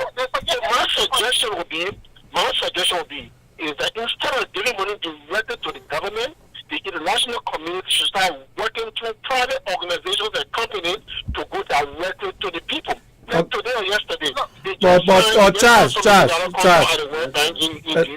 Mr. Howard, let me go back to that. Let me just jump in a little bit before Mr. Bennett can come in. We don't want to keep going back to the same process according to what Bennett said, where we always have to ask for somebody else to come and do work for us. It's about time. I think that's why he's saying it's about time that we try to take leadership. So if the people voted 62% for an individual and saying that we believe you and we trust you and we feel you are the right guy to do the work, and you are not performing. So if they're not performing, you're saying that we should fall back, wait, and approach things in a different way, where the leadership is not even listening, they don't care, and they keep doing the same thing. If you watch the president stayed riding private jets. There are things that still happening. And it's like there are a lot of recommendations are being made and being given, and people are talking. A lot of Liberians are frustrated. People are not going for job and other things. But people are frustrated. People are getting older. People want to go home. People just want to go relax in a little village, get a little farm, and do what they got to do. But according to what we're listening and what we're hearing, this president is not waiting to listen. He's not waiting to listen. And the legislature is not waiting to listen. And we also have the Senate is now letting the Constitution is being broken, and things are going from one thing to another. So, do we sit back? Or do we send a signal? Or do the international community? Hold on one second. Money to these people. Hold on one second. Let me usher my other guests. Hold on one second. Let me usher my guests in quick. Hold on one second. Let me usher my guests in. Hold on one second, and we'll be right back.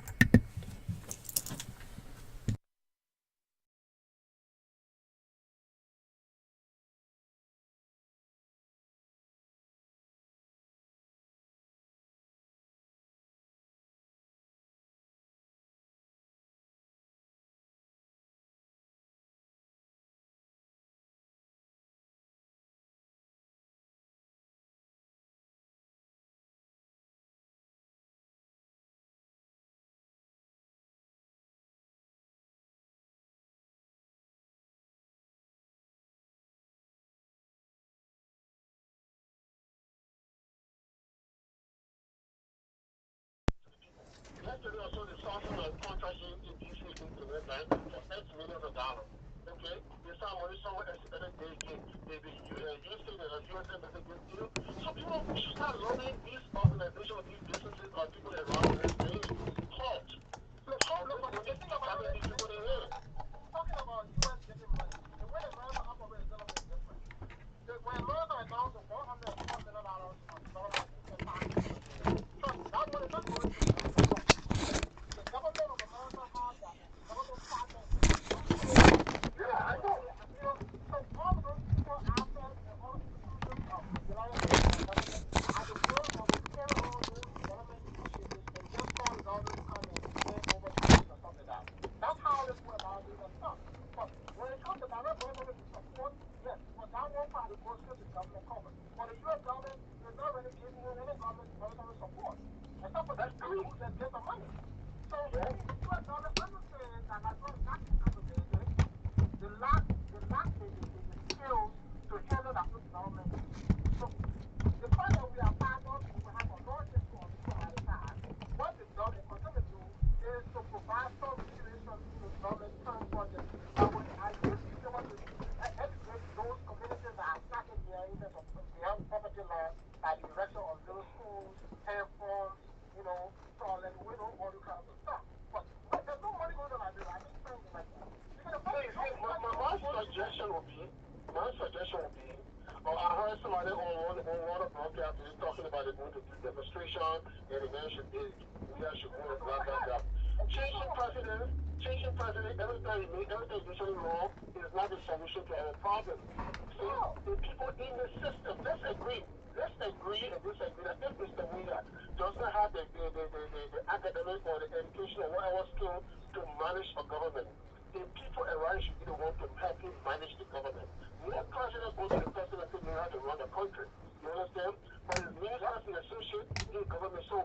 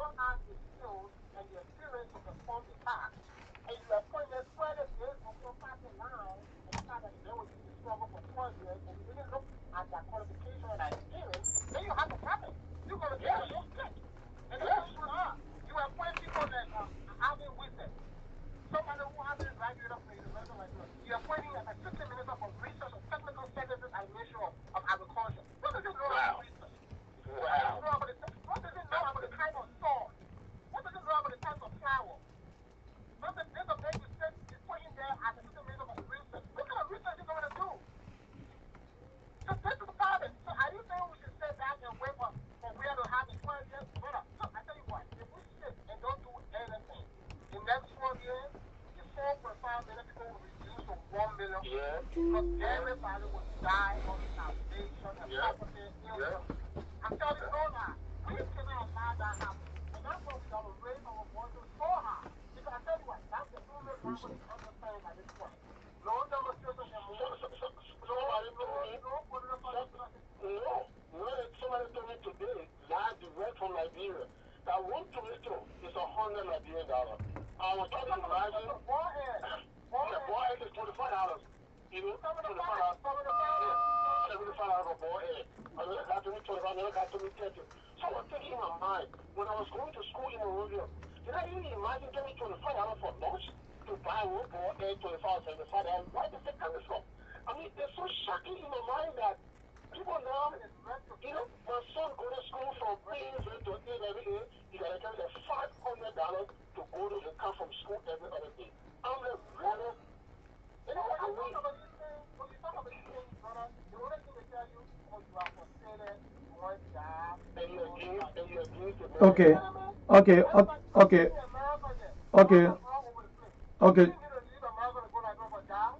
No, okay.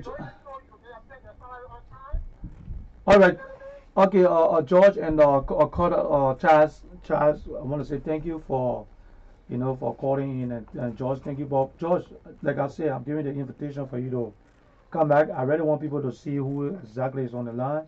So I mean, I will put your, I could put your picture up. But I'd rather you come up so people can see exactly who you are, and we can continue to go. We got to discuss. We got to keep going into this. Okay, so thank you very much for coming. I got another guest that just came in. Let's take a break and we'll be back. Thank you very much. Thank you so much for having me. I appreciate that. Okay. Thank you so much. All right. Talk to that. Yeah, talk to the George. Oh, Steven. Oh, Steven left. I'm not going to fix Charlie.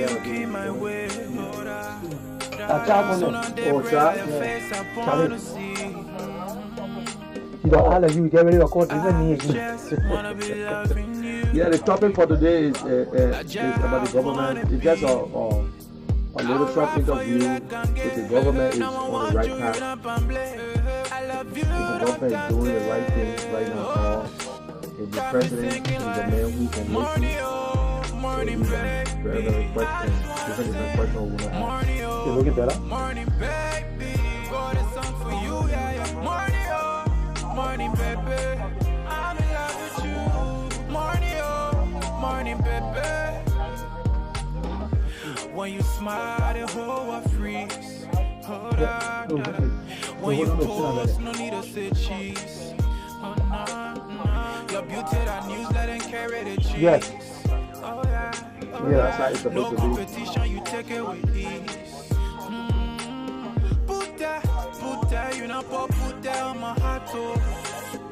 For nobody, wherever you're spot, okay, so we're gonna come back home and I got money here with me. So you gonna stay on the line? Okay, stay on the line. I'm gonna bring him on. So stay on the line so we can discuss it. Paco calling me, I know he's coming, he's calling me. I know what he's calling me for. Yeah, he's calling me, listen to the show, he's calling me. I said, okay, you already on. So let me so Kiki, dog opposition. You see the funny? Change speed I say. Listen, you saw what? No, hold on, let me see. I don't see Metro, you not like fries. You my era, the new thing. Go for bed party in the day. Me, I like good thing. Me, I like good thing. Let people don't want you. Morning, baby. I just wanna say, morning, baby. Got a song for you, yeah. Morning, baby. Morning, baby. I'm in love with you. Hold on. King Java, see you, papi. Oh, yeah. See, I see.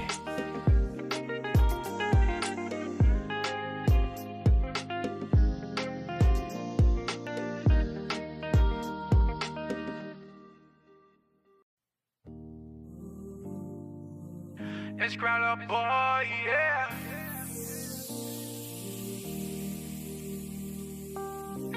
I too happy you came my way. Oh, da, da, da. Soon on they break like your face, I wanna see. I just wanna be loving you. Like just how I wanna be.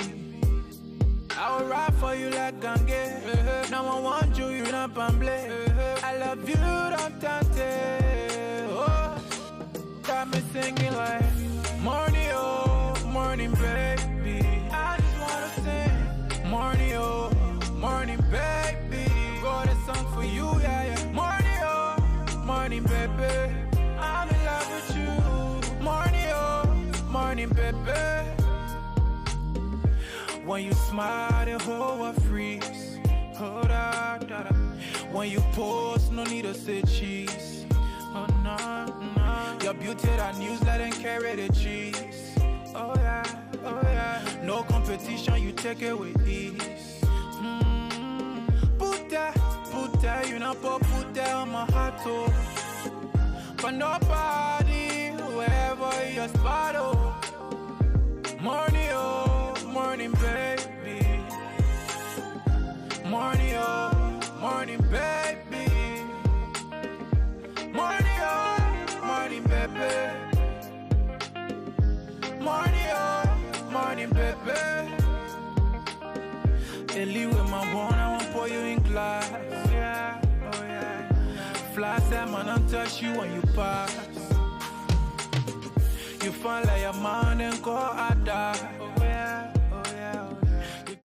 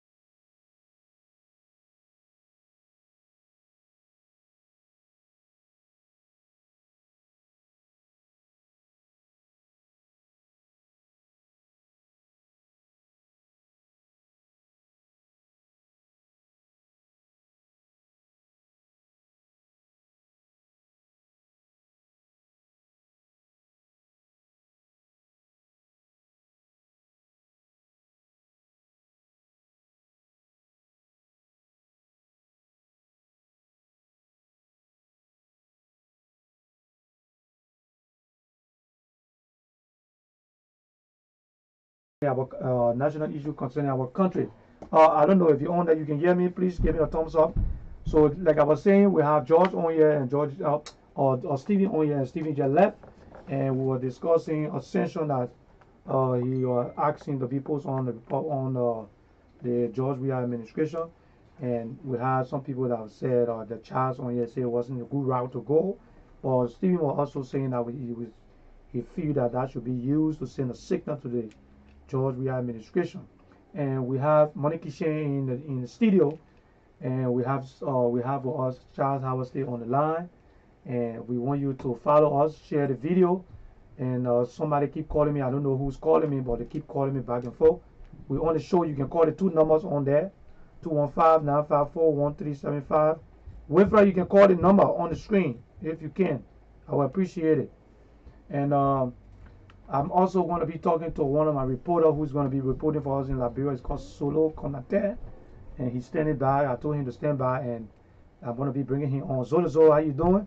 We got Zola who is on, and he also sent me a thumbs up. So we're going to dive into this thing. Money, how you doing this morning? Yes, I'm all right, Prince. I know I said money again. I'm saying it again. I know. It's still the same because especially when you're off on a day, you think it's still in the morning. Okay, what do you think about what Stephen was just saying about having sanction posts on the government, the the administration right now at this point? To be frank with you, Liberians, we are scary people. We are scared in the sense that every little thing we try to do, we try to look at who we're going to attack or who we're going to harm or harm someone.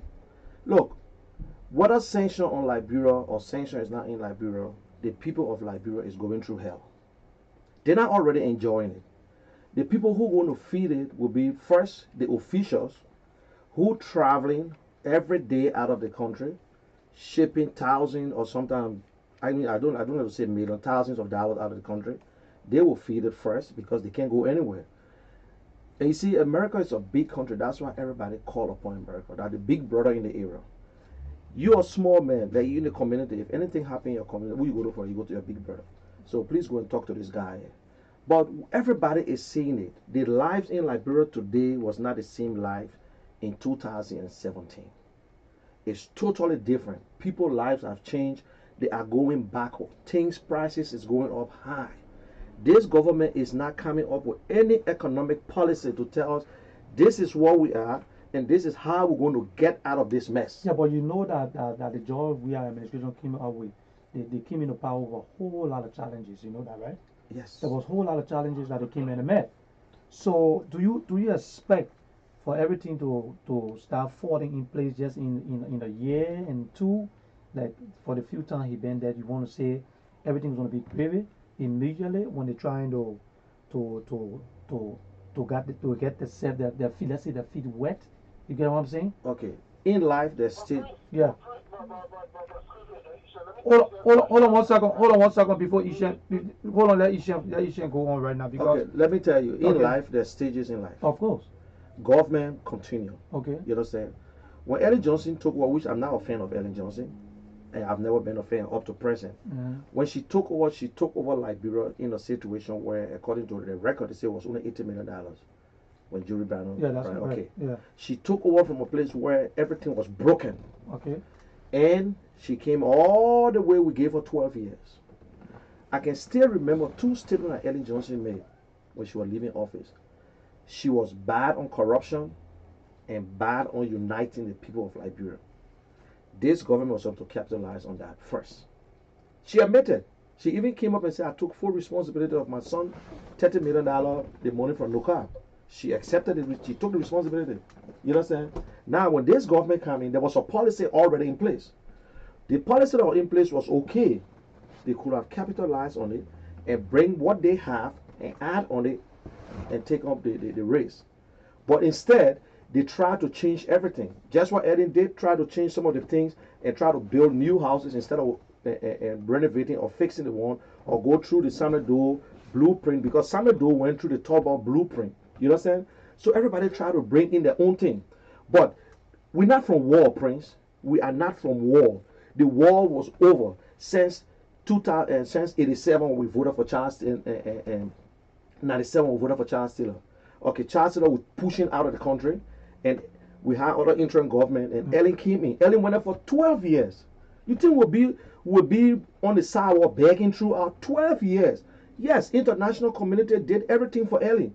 And everybody knew there was a corruption. Ellen admitted to the corruption. So I think this George Weah government was supposed to capitalize on what Ellen said when it comes to peace, to unite the Liberian people. We are more divided in Liberia than ever. The hatred is so hard now until your friends that you were so close can never even speak to you in the front. So you want to blame that on George Weah? He's the president. He's the president of Liberia. Okay. He's the president of Liberia. Okay, come in. Yeah, Charles, come in because you can't wait. I say hold on. You can't wait. You want to talk? Come on in. Go ahead. Go ahead. My first thing is that Okay. when you said that George Weah took over a government or in that Yeah. the only problem with that statement is that George Weah was part of the very government for almost how many years? You know why? Because he was in the House or in the Senate. Okay? So therefore he even had more power to persuade his fellow senators and representatives to develop policies and pass laws that were going to arrest the problem in Liberia through the Ellen government. He failed to do that. So he's not coming to the president and say ignorant. He knew what was happening because he was in the House, in the Senate. He knew it. So everybody should stop saying that he took over the government and he didn't know what was happening. No. He knew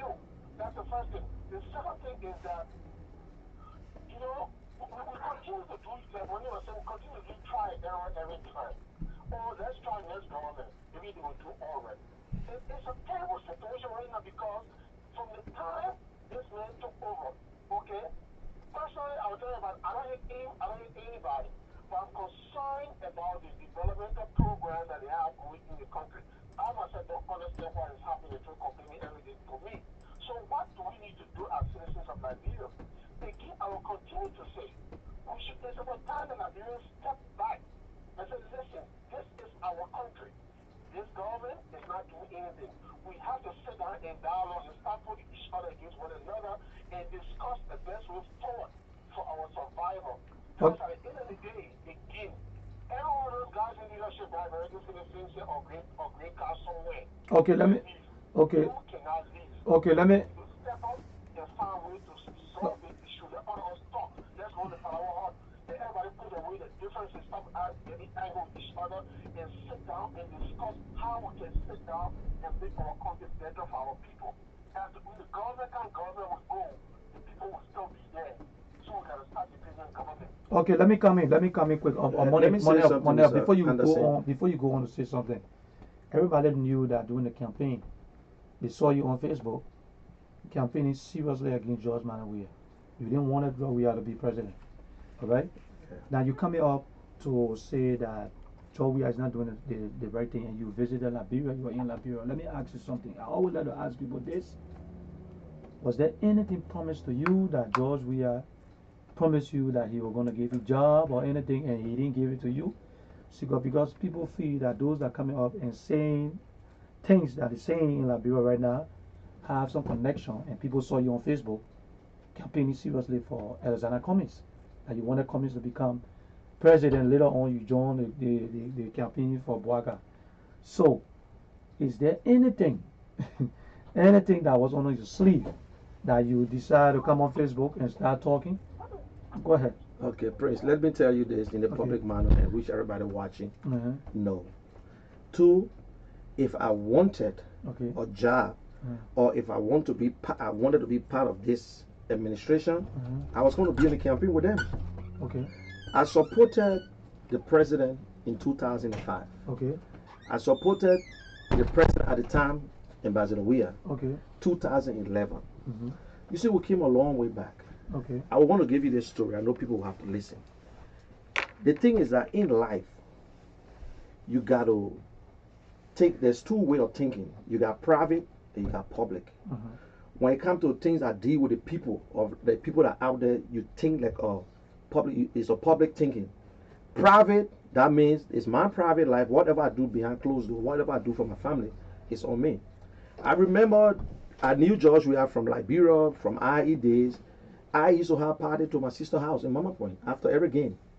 Okay, that one we're not too close. It was just acquaintance because he was playing for IE. But I was actually called upon by Jones Blambo and his wife, Tenet Blambo. They came to me that day in Jersey. They said, listen, Ambassador Weah, I want to see you. I said, for what? They were in Rhode Island. They want to see you. I said, but what do you want to see me for? He said, please, Money, you got to go. So, you know, there's a saying, they say you don't refuse call, you refuse what is in the call. And yes, and I took upon myself. I left on Friday and drove there. I met Ambassador Weah and Morale Walker and other guys from Rhode Island sitting in a hotel where he was stopping. And to my surprise, when Ambassador Weah saw me, he got up, he gave me a hug, he said, oh, thanks, Money, for coming. And from there, he said he wanted me to do his pictures, his video, and whatsoever. And he gave me a lot of video tips from Europe, all his games. I transferred them into NTSC because they were all par. And we spent 3 days together. Okay. I did the pictures. We had all the programs. Yeah. We went to the airport. We left him. I got in my car, and everybody left. Going to Minnesota, he called me. He said, I want to come to Minnesota. I flew out to Minnesota on my own expense now. Yeah. The only thing they did when I got there, they gave me a room. Jackson County was on that trip. Jackson County was in the room with me. Okay, Jackson County. Yeah. For me, I love to call names. I never joined the society. Yes. He was with me, and we spent the whole time. We went to the Minnesota and Sports College. We went all around doing George. We have photos, videos, close to him. He never disrespected me. Okay. We got so close in the sense. Do you know what it means when a man in the bathroom taking shower and he sent for you in the bathroom? Yeah. And you and him talk face People to face. told me he's down to earth. Like That's how he's a nice guy. He's a very nice guy, down to but earth. he's a nice guy. He's humble in a sense, but you got to play with him to be able to understand him. Yeah. Okay. And then we came back. He sent for me again to Florida. Yeah. I went to Florida to his wife there. I remember when we got to the place, he went to the hotel and told Lrtn see it. He said, there were 10 rooms. He said, I don't care how you divide the room. Make sure that he got one room. And I got my room. I came back. He sent for me again back to Florida to do a video on his business. It was a supermarket, an African supermarket, and a new house, and he had 2 houses there. In Florida. In Florida. Yeah. One got like 8 bedrooms, and the other one was a 3 bedrooms. So the obviously he has houses in Yes, Florida. but he got one a right supermarket. now. He has supermarket. So we went there. All He right. said, but when you Just come to be in, clear. I want you to transport someone for me. And I love to call him Mong. I transported Mong. I bought a ticket. I bought 2 tickets. You bought a ticket. I'll pay for the tickets. We went over to Florida. I did the recording. We went around. It was on Saturday night. He asked me if I wanted to go and hang out. I said, I'm tired, man, but I'm trying to edit this video. Joshua stretched his hands. After all the trips, Joshua stretched his hands. Okay. And he put him and said, my man, thank you for everything. You never one day asked me. Okay. When he opened his hand, I closed my hand. Okay. When I opened it, was $2,000. $2,000. Liberian US dollar. Oh, US dollar. Yeah. And everybody knew about it. For me, I always praise people when they do certain things. Okay. When I came, I never touched that money. I can remember when I arrived in Philadelphia, Wata Mihoso, rest in peace, was having a cook-up. And I went there on to Liberty Apartment. Yeah. And Rod and Leroy and myself was sitting and said, man, guess what? Joshua gave me $2,000. He said, wow. I said all the time, I never asked him I never one day asked him, oh, you know, I'm paying my rent. Okay, you have my insurance? Nothing. Everything I did, he called me, I show up. Yeah. He asked me to go to his birthday again in October. But then my friend was getting married, Peabody. And I told him I could not go there. He said, for what? I said, because listen, I see Peabody every day. I tell him upfront, I tell him straight. And he told Eugene Nangwe, he got pissed off. We met to Pucci wedding. He even brought it up. But what I'm trying to say is that at the time I was supporting George Weah, one reason. I know you supported in 2005. 2005, okay, 2011. You supporting him. And even up to the senator position, the senator. Yeah. Yeah. So what now? George Weah said things that I could not hear from other people. Okay. George Weah mentioned the term for the presidency. He mentioned how the people of Liberia were going through hell. The term of the presidency, he wanted to cut he it down. wanted to cut it down from 6 to 4 years. To 4 years, okay. Yes. And he was concerned about the Liberian people, what they were going through. Okay. You know what I'm saying? And people in this Philadelphia used to insult us. And I see them today working in CDC government. They told us we were stupid of finding George Weah. What's your language? We want to learn. No, stupid is not just, I'm not insulting. Okay. Yeah. It's not anything. I'm saying that they use insult words on us. Okay. They insulted us, people like yo, going beyond George Weah, or the IE business, because some of them said it was IE problem. And some of the Barrow Polo they working there, they know themselves. They were against George Weah in the 2005. I sat with Ambassador Weah, his wife Sis Clara, his son on my left, Cham, on my left. Yeah. And I was doing an interview. And he asked me, I want you to come to Liberia. You know what I told him? No. I said, no, Ambassador, because my wife just had a child. I just got a daughter. I can't leave. They called my wife from Florida. And you know what the woman going to tell you? Oh, yeah, he can go. I said, listen, don't mind. And Sis Clara, and I quote, she said, George, the man don't want to go. But my problem was, and I told him, I said, Mr. Ambassador, if I follow you, I'm not just going to be a photographer. Okay. I say I love to talk. All right. And you know what I'm saying? I'm a community organizer. All right. And you know, and other people know what I do in community when it comes to programs and other things. So I said no, and I left it, and I started supporting him. So what I used to do, I do pictures, he bring videos, I do. So everything, Joshua, even when his mother-in-law died, Joshua called me from South Africa. He said, Munel, my mother-in-law died. I want you to do the video. I drove to New York, and I did the funeral for Sis Clara. So you actually know George Weah personally? Yes. You guys are very close. Yes. And let me tell you today, you don't have to be a rocket scientist to know someone, what they like and what they dislike. You don't have to. I don't have to live with you for 10 years. Okay. I'm the kind of person I can spend a week with you. Okay. Like you, Prince, I know you too good because we spend more time together, working together. Okay. Okay. So, I did the first video for Timothy Weah. Okay. When he was invited on a training ground when he was 14 years old for the United States national team in Mercer County. He called me. But you see what people say? I'm the kind of person, and people know me in this country. I don't do things for money. All right. People who know I did weddings, I did other things. I do not just charge. I help people because I look at the big picture. So why do you believe that George Weah is not the rightful president? Okay, now I'm getting there. Okay. Now I sat down. 2011, he decided to go as vice president.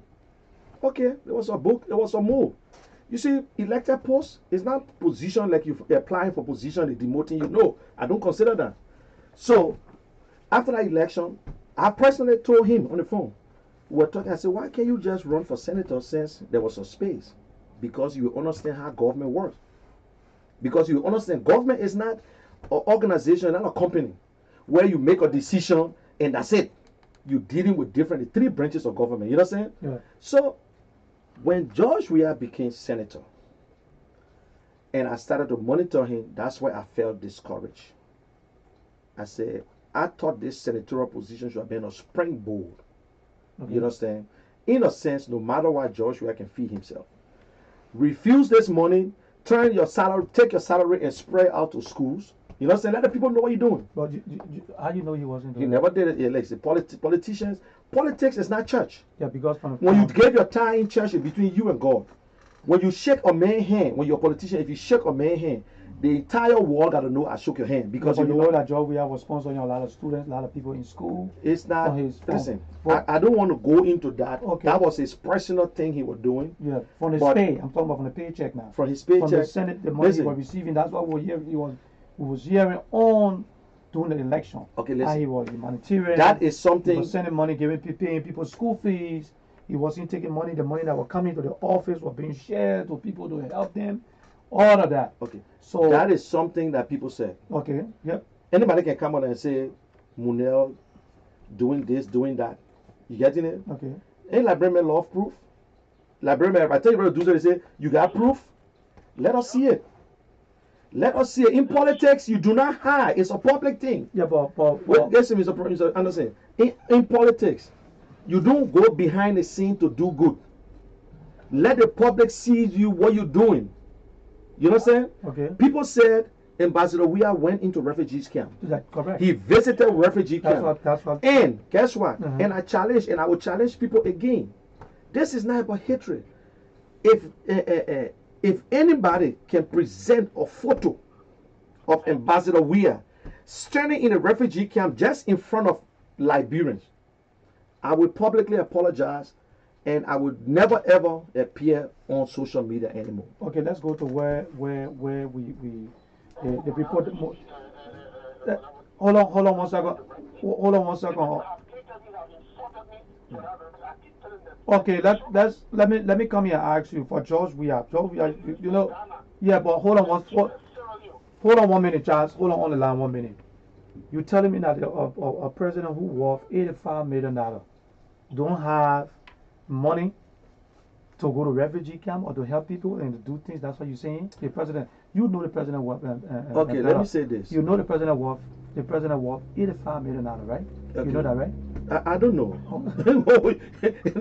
Listen, if you know, no, I don't know. The campaign. I don't know. The campaign. No. 1 second, we got a call coming in. Let me see who's calling.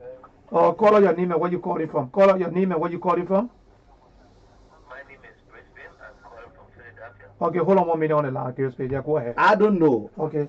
His personal. No, because you're personal friend. Listen. Being a personal person, I got no do with finance. Because you see, let me say this to you. Give me a chance. Before you go ahead, let me say this to you.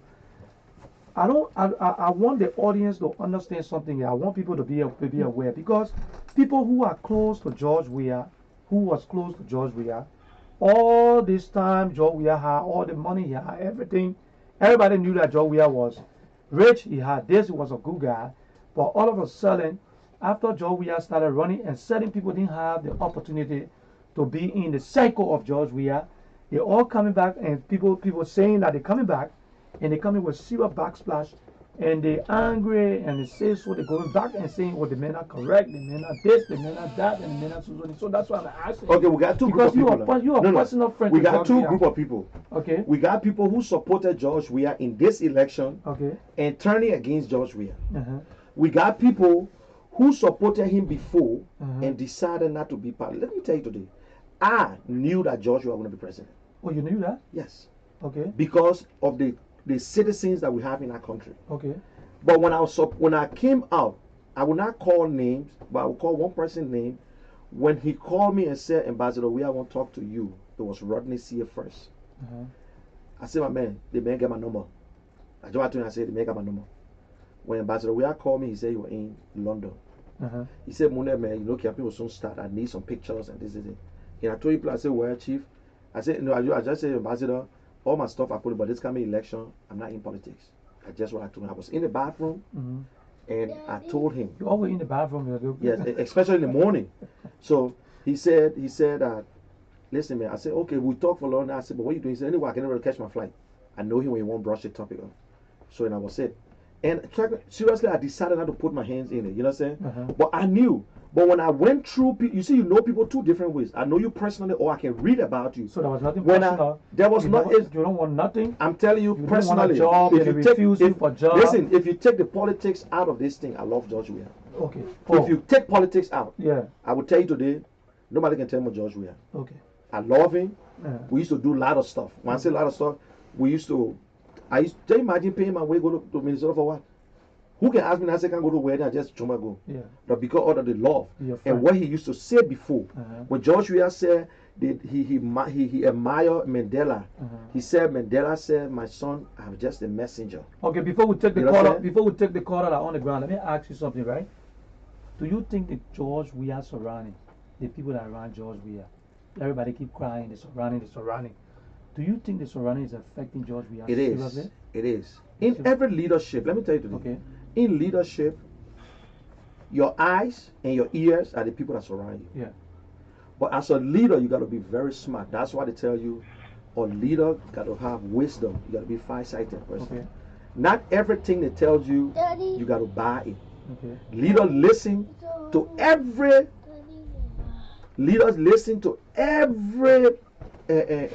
thing that comes to him, like every suggestion, and he look into that suggestion and picks the one he want to take out and release it out. At the end of the day, it comes on you. You see, if I was setting Liberia, you know, everything happening in America, they can't hold Donald Trump alone because there's a federal state. They are governors. In Liberia, the president appoints the superintendent, the mayor, everything. So the president ears is all over. The president knows exactly what happened in the country. Okay, so everything that's going on, the president is aware. You will hold the president responsible. So his surrounding. Now, that's the first thing we do. But we got 3 branches of government. Okay. If the president is doing wrong, you know the first branch of government? The legislature. The legislature, they are very powerful. Okay. But when you look in the legislature, they are more partisan than to represent the people that voted for them. Okay, hold on one second. Let me hold you right there. Call your name or on 215 number. How you doing, my brother? I'm sorry for holding you up, man. We too much. We tied up in too much thing. My brother in there. Okay. I don't know what I pronounce anything wrong. Yeah, Monel. Let me put the name up so people can see the name. He said a lot of positive things before, and I like to hear some of the negative things, and I grab one from him.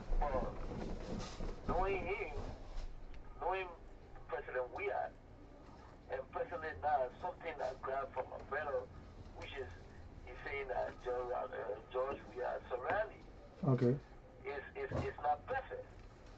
Well, what's his suggestion to our president? Because it's not just a casual man to him. He needs some positive things. Okay. This president went to this place, that place, and that's the kind of man he noticed. So, what is suggestion to the president when it's around? Okay, before you answer that question, Charles, you got anything to say on here? Quick, fast, before Money can respond. Hold on 1 second. Charles? Oh, go ahead, Money. Okay, my brother, I heard what you just said. One of my suggestions I will tell you, if you get into leadership, the first thing, you got to push this friendship and family business aside a little bit. Yes, you got to know who you're going to appoint. Because whatever mistake they make out there will fall on you, the president. Effective. So you gotta make sure you look for the bright and the brightest in every administration. Now, we took over. He took over our administration. He took over a government that already had a problem on corruption. On corruption at its peak, where the president money going, losing, and she's taking responsibility, and nobody's saying nothing. So he also to look for the best people. You see, when you're too close to people and you give them positions, sometimes they don't respect you. But you should look for the best finance minister, one of the best economists. You can check around and look and see if it calls you to sign a contract with that person and say, listen, I need a 4 years plan or 5 or 6 years plan. If you don't come up with this, you'll be responsible. If you do this, this is what you're going to get. Because nobody going to leave their job that they feeding their family and just run into Liberia because they're going to appoint you, and then when they're ready to fire you, they fire you from a tire shop, and then you're not coming back again. So look for the good people. We always just appoint people based on I know you or because I'm close to the president. I will tell you, to my brother, if even John Weah can call me and say can't work, the first thing I'm qualified to be no finance minister. I'm qualified to be no finance minister or commerce minister. So I will not even want to accept it. That means you're trying to tell me, say, Jack, go there and do what you can do and steal. But I think I can fall in other places that it will be better for me because I know the president already. Why would I want to just be closer to this president? They got the Secretary of State, which is the State Minister, McGill. He's the Chief of Staff to the president. His role is very, very important. He's between the president, the legislatures, the Senate, the judiciary, and other government ministries that he responsibility. What are he performing it? You get Emmanuel Shaw as one of the economic advisors. We all knew Emmanuel Shaw. He's a businessman, and we know what he did to do. And you recycling the same people. They got qualified Liberians in Liberia. Let me tell you, my brother. The president need not to come to America to look for someone else or look for anybody. If you take anybody from America, that person should be exceptional. That person should be so bright, and that person we should know the record. Not to just can't take me from one group home because I'm manager in the group home, and because 10 years ago I work in finance ministry, so I can go back to finance ministry. That's not how it works. You know what I'm saying? So they just leave with the president to look for the good people. Oh. I will not stay long enough. Yeah, go ahead. I get that. I got one more question for you. Okay, go ahead. I appreciate the answer from you. Let me commend you for that. But this is the second question I have. You said something.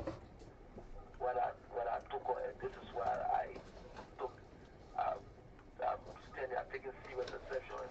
Or when you said that we should come up with one photo of George Weah dividing money in Ghana. Yeah. And that in which caught me. And I wanted to say, oh, it makes sense. But two days I said, no, it makes sense because during those days, it was hard for all to come across which kind of camera phone me.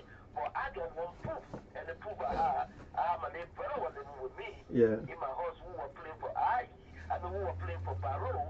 And he was on the national team. And I know you know that guy and you heard this story. Between he and the goalkeeper doing this guy come, I don't know, Mr. Taylor, Mr. Taylor Regine, President Taylor Regine. You remember before they could go for the World Cup? The World Cup, yeah. The World Cup, the accident that took place. Yeah. I think you remember that accident for the goalkeeper and Zizera and yeah, Zizera, yeah. Okay, these are proof that I'm saying that I'm not saying that money is divided, but that's a step he took over that made me to get in that very. I was not there, but my late brother was on camp with there, and which was very critical on Mr. Weah because Mr. Weah did not want to sign certain contract from him, and I was mad. I said he didn't do well with us. But when we got to know that the steps he took, my brother came from camp, he said, look, this guy is fair. I said, why? He said, look, President Taylor gave $10,000 for the guy car. But this is I don't know, somebody, the goalkeeper, no one wanted to share the money with, how to call the guy, man? He said, I mean, the goalkeeper didn't want to share this money. And when we got on camera, Louis Creighton. Thank you, Louis Creighton. He said Louis Creighton all the money. And he don't want to, being our pastor and all, he was giving the money. He said, you see that? He said, I was saying that, this man, he just wanted to roll loose style like a farm. He said, but when we get to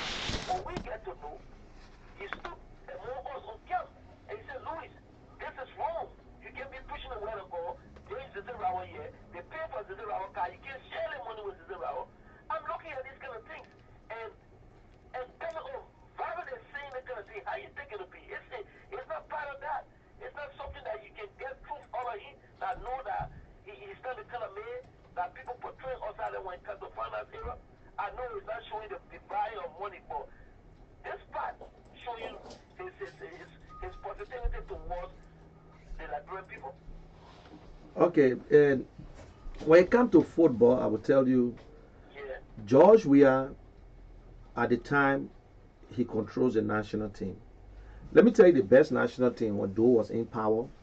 When we're ready for players, we contact the team and we say we need our players down because that's FIFA rule and law. And then they will send the players. Then Monaco will say, listen, man, please, we got a game on hand Friday, but George Weah will make sure that George Weah arrive in Liberia on Sunday. And then we'll agree. And they will charter a flight and George Weah will arrive in the country on Saturday and Sunday morning and play. You know what I'm saying? But right after the war, when things broke down, the only person we knew was George Weah. LFA will contact George Weah straight. Say, listen, the national team want to play. George Weah will make the selection for players. At that time, you get met at Thomas Kojo, who were living in America, were not even on a team. And George Weah had leverage because he was a big player. He was the biggest player ever. So anybody, especially when it comes to African players, they would listen to you. African coaches would listen to you. So George Weah would come and call the guys and send them down. And they would come to Ivory Coast or Ghana, and he would meet them there, and they would practice. And he had all leverage, everything. He would tell you not to play. Do you know what Tamabono played in the national team for? Because of George Weah. George Weah told him he would not play again in Mauritania because he yelled at George Weah on the field and said, you gave me us heart and stay on the top. People Bestman never continue again because he refused to get on the team because they kept him on the bench so long. After the goalkeeper got hurt, they say he should go there. He started refusing, and that was it. But yes, he would even one time he came out. He said Salensa would not play because Salensa was not showing some respect. Which, when it comes to football is dictatorship. Let me make you to understand. Football is not democracy. The best player, the coach can look at the best player and set him down. You got nothing to say about it. So I'm not going to hold George Weah whether he controls national team, but when it comes to football, there is nothing a democracy in football. It's strictly dictatorship. I determine who play when I'm in charge of the national team. You understand? Which is true. And that's true. He made a decision that day. Most of the guys then they left camp and they went to get drunk. I can't say George Weah took money from national team, from Ghana player and whatsoever, because Liberians, we sometimes say things which is not right. We assume that you are criminals. That is thing that we always doing and it's wrong. So on the national team part, George Weah played his role. When things fell apart, George Weah was the only person who want to see on TV every Wednesday when AC Milan plays and they get George Weah named there. George Weah score one goal, or PSG George Weah score one goal. Which is true. So the question here is why you campaign against? Okay, you know politics. All the positive things my brother. Let me you tell know you all the positive. Let me things say about this him. in this public He was manner. good. He was nice. Listen, he did all the good things. If I'm the kind of person who wanted to go after people who get money, tell God thank you. God bless my brother. My brother worked so hard. My brother got money. My brother from my empire. I would have stick behind him and be marching behind him. But what God gave him is what God gave him. You do not envy nobody for the blessing. Okay. You know what I'm saying? All right. And I'm the one person, I do not envy people. If I wanted to go after people who really get money and I will get it easy from them anytime, that should be my brother. But I don't go after my brother for nothing. Yes, but that's my brother. Listen, that's my brother. Yeah. Then what about George Weah, who never paid my rent, my cell phone bill, my insurance, my whatsoever? It just on a mutual understanding and on politics. You see, in politics, I think with my head. And when I'm in my house, I think with my heart because I can sometimes try to back my wife or my kids. But when you come to public life, not because I know you, Prince, when you're wrong, I should not tell you. I should be the one to tell you as a friend. That's the advantage I get over most of our friends in the community, where people can look at me and they insult my mom. You horrible it. You cross me up and I look at you, I say, no, something wrong. And which is truth. I don't get angry about it. I believe that maybe something make you to do it, and I will find out what's the problem. And you know what I'm talking about. So You got to accept the day you enter into public life, they will scrutinize you. The people want to know which of the community you came from. And just to let you know, They will Jacqueline check Washington is saying that in Nigeria, President Wida helped them on the camp. Let her show on the the picture. refugee camp. Jacqueline, if you have a picture of that, Let you her can show that if she picture. publish the picture, I will She personally say, send her 500. I know Johnny Sumo, I think Sumo or something like that. So President Wida, they helped them in Nigeria. That's why she's saying. Okay, I'm saying it's a simple thing. Look, you said, my brother, you said that there were no camera those days. Listen, as there is nobody that love pictures equal to George Weah. You know what made George Weah got so popular? George Weah never ran from the press when he was playing football. George Weah always in front of camera. Even when I with George Weah to a wedding in America, the first time I turn around, he know I got a camera. The first time I we look at each other, he pose. He knows straight I'm going to take pictures. But all the pictures I took of George Weah, hey, that's a personal thing, and I'm not going to even show to nobody. The videos, the whatsoever. But those days, everywhere George Weah steps, cameraman was behind George Weah from the day George Weah entered Monaco. George Weah never went to Liberia alone with all cameramen. He never went to Africa with all cameras. So I'm saying it now. George Weah helped people in Liberia. People left refugee camp and went to the hotel, the Kings Bay Hotel, where Lone Star was stopping. I went to that hotel. In fact, I videotaped Lone Star versus Algeria in Ghana. Lone Star versus Togo in Ghana. I videotaped that program. George Weah gave 50,000 CFA to go and get tips and whatsoever. I did that program. And Kevin Sebwe in Liberia now, his former wife, she was on my team. She was one of the commentators. You know what I'm saying? So all these things here we know. I don't have to, in our records, I'm saying, I don't hate this man. But the thing is that it comes to Liberia. We see people in Liberia. My brother, I can tell you right now, I can sit in a studio and order for pizza. I can tell you, say, I go home, I want to eat potato greens. The only thing I don't have control over is my life. I could die today at any time. But do you know how many person in Liberia that spend 90% of the time every day hustling just to find food for the family to eat? They have increased. So they have increased. The early administration that wasn't happening. It was up, but it have increased. Listen to me, it have increased instead of going down. Yes. No, early it was there, but instead of 10, it went 20. You know what I'm saying? It increased. But listen, this is the thing. We sometimes we blame ourselves. Somebody say Liberia is their own problem. We are enemies to ourselves. That's truth. Because our people don't know. But I will tell you today, the problem we got in Liberia is leadership problem from day one. We always overrate people.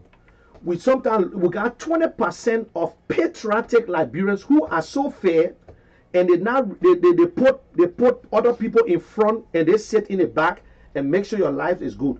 And we got 20% who just like the wave. They look at it, they say, oh, my man will be correct, I will go this way, or I will go this way. They got the other 60 to 65% who cannot afford it, my brother. Okay. Whatever you give them, they will follow you.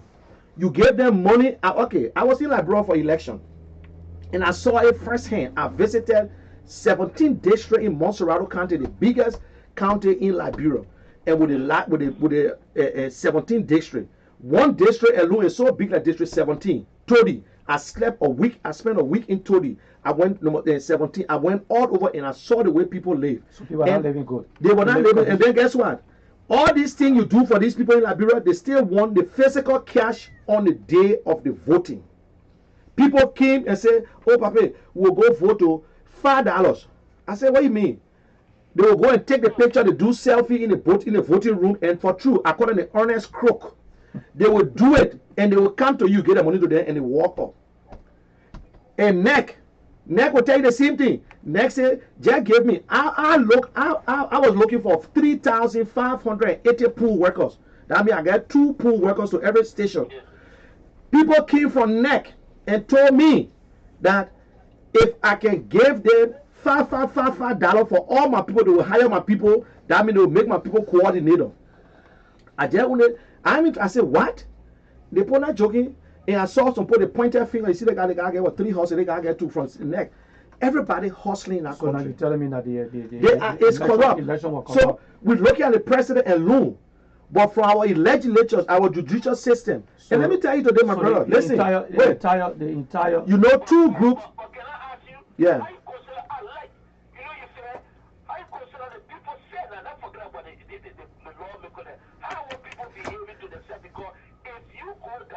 Yeah. And they're calling for this kind of thing. You use so agitate on the just what kind of agitate? The agitate you use on the and that is true. I you look at it. That's what kind of government with. The thing is that they don't know. Hold on 1 second before you go ahead with that question. Let me read this. Somebody saying something here. I got let me see this person saying hold on 1 second. Let me read the We comment. did not take photo in refugee camp. That's what no. The other person say J. Rennie Dapo saying then why you campaigning against him? This guy is not telling the truth. And the person said Washington watching from with you or Washington watching with you. I know him. Okay. And the person saying, okay, I don't want to read that comment because the person Okay, let me go to Dapo question. Yeah, I will come back to you, my brother. Dapo say why campaign against him? Yeah, hold on 1 second. Let me see the other person say we didn't take photos. Okay, they didn't take photos. I think you saw that. Honor any government. Honor any government. We have United Nations. We have United Nations. I don't know what the relevant. Yeah, they have. What you trying to say? They have a lot of NGOs. So money. Let me ask you something. With all what we're talking and we're saying here, you're telling me that Joe Weah is not qualified to become the president. No. What make you qualified to be president of Liberia? It's not degree. Okay. It's not the school you went to. Okay, they say you got to be 35 years old. We got a little kid in the studio and he's here with his dad. Let's take a little quick break. We'll be right back and we'll continue on the show. Just hold on tight and let's see what the little man wants. What happened, Noah? It's crown up, boy. Yeah? Somebody calling you. Yeah, don't talk to them. Cut it off. Cut it off. Soon on day bread like your face, I wanna see. I just wanna be loving you. I just wanna be. Hello? Okay, my fellow. Oh, Whipper, right? Whipper, hold on 1 second.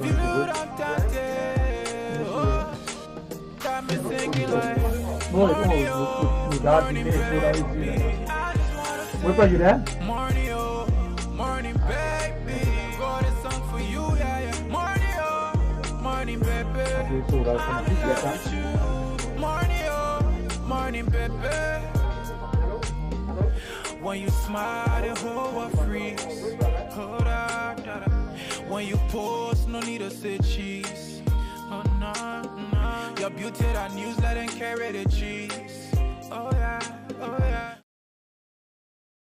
For the inconvenience, listen, we got a little kid in the studio. Also, you hear my mic on back and forth, and you know when the little kids in the studio, we got daddy daycare in here too. So we're trying to make sure we do our own part when it comes to Liberia.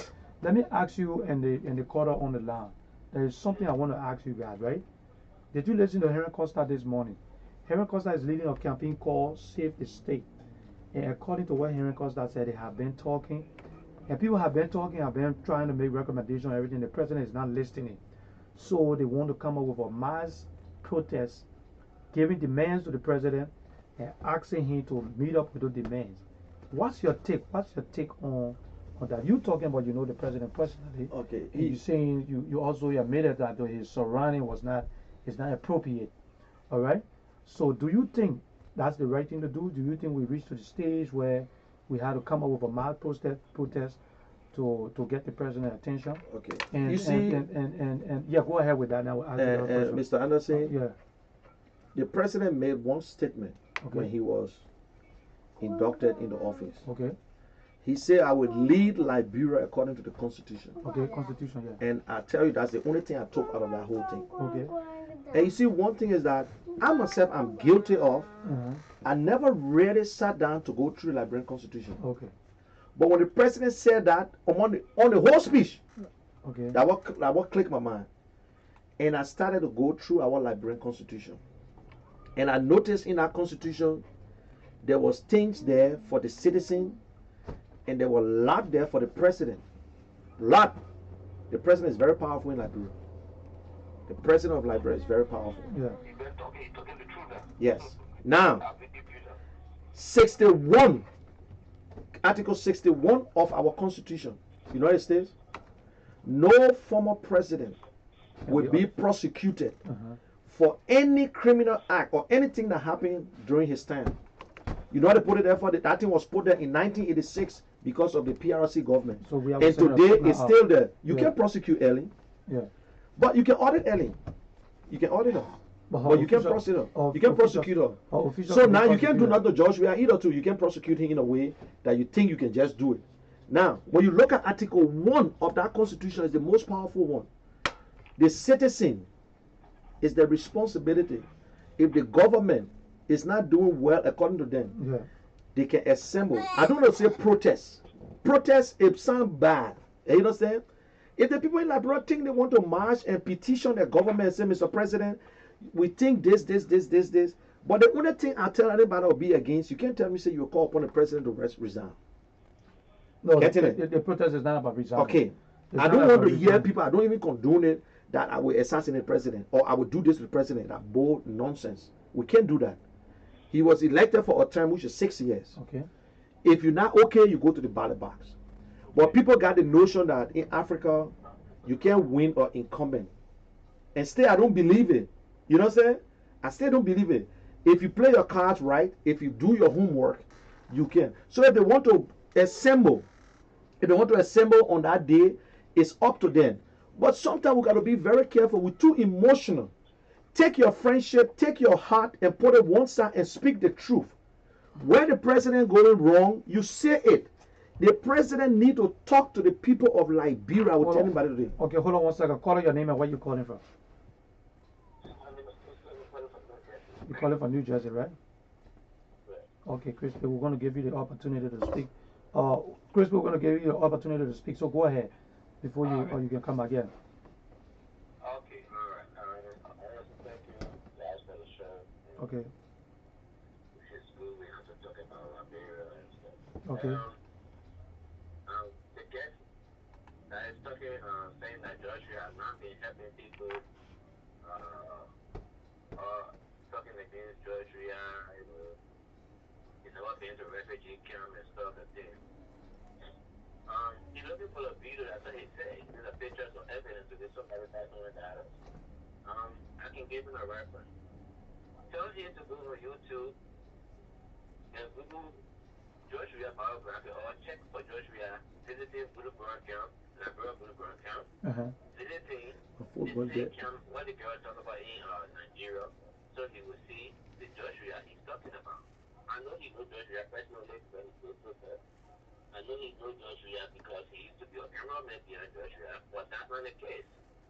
When it comes to fairness and like he said, when it comes to Liberia, you know, one thing I always tell people is, if you lose today does not mean you can't be the next leader, or does not mean you have to get the other person before you become the next leader. You know, betray the law. What is the point? What happened? What did I do wrong? After I helped these people, after I do this, after I do this, what did I do wrong this time around? So you think he has some personal? You think he has some personal beef with we are why he's saying that?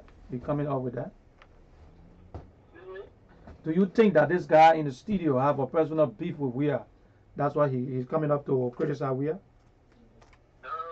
I believe because the way people talk, that's how I kind of like, take it out there, Okay. Because when you talk, like you say, if you want to go after somebody, your brother has a lot of money, you're going to go after your brother.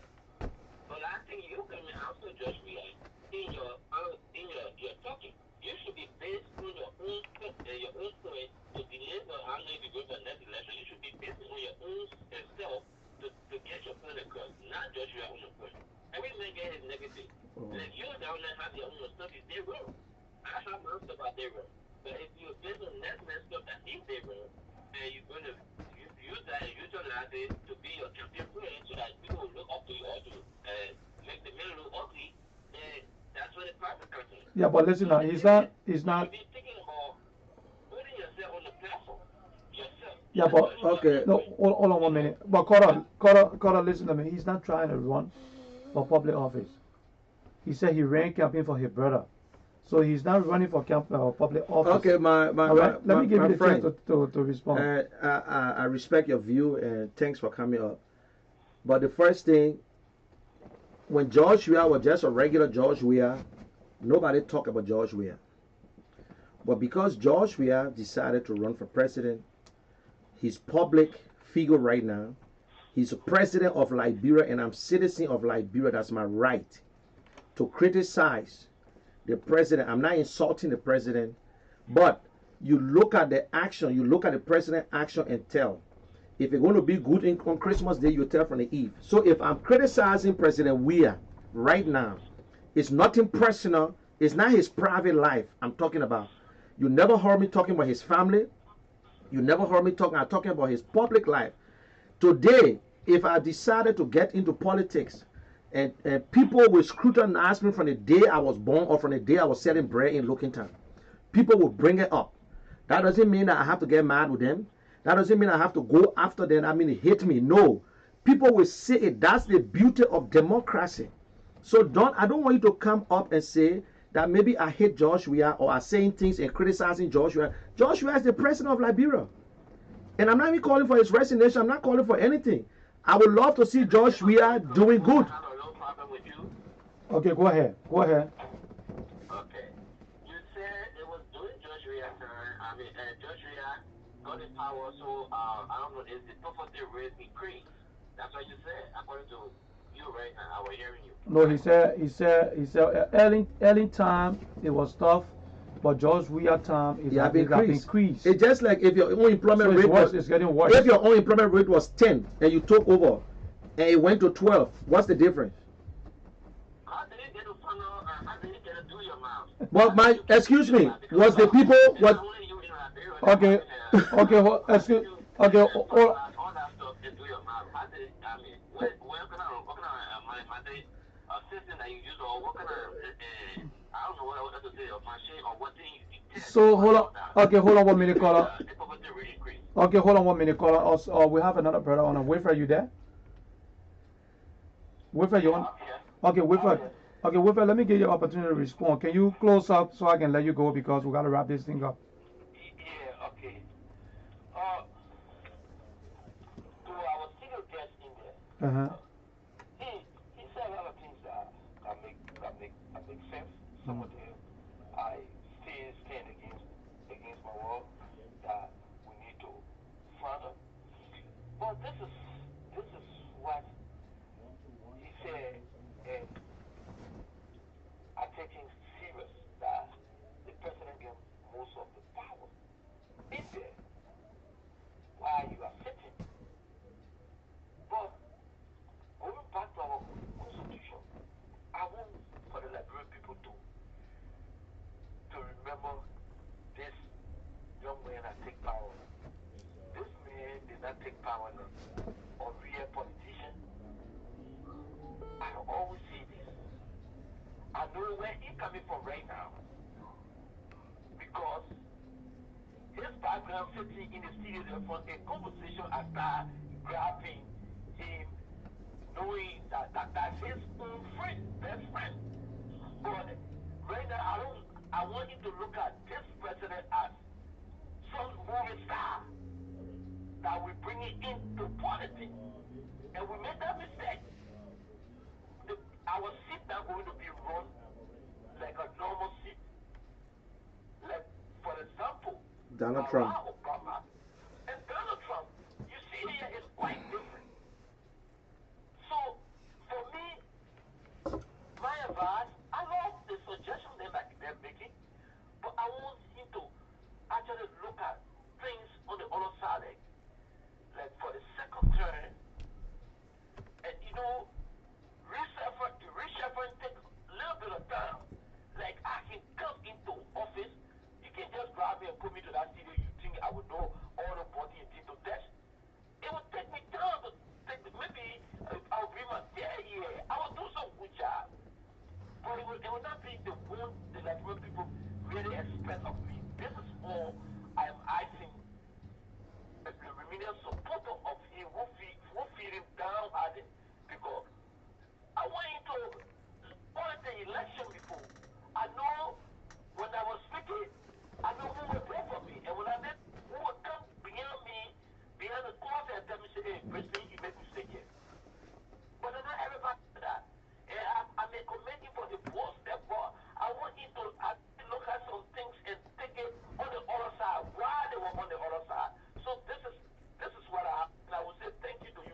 I Okay. hope he continue giving good suggestions to the president.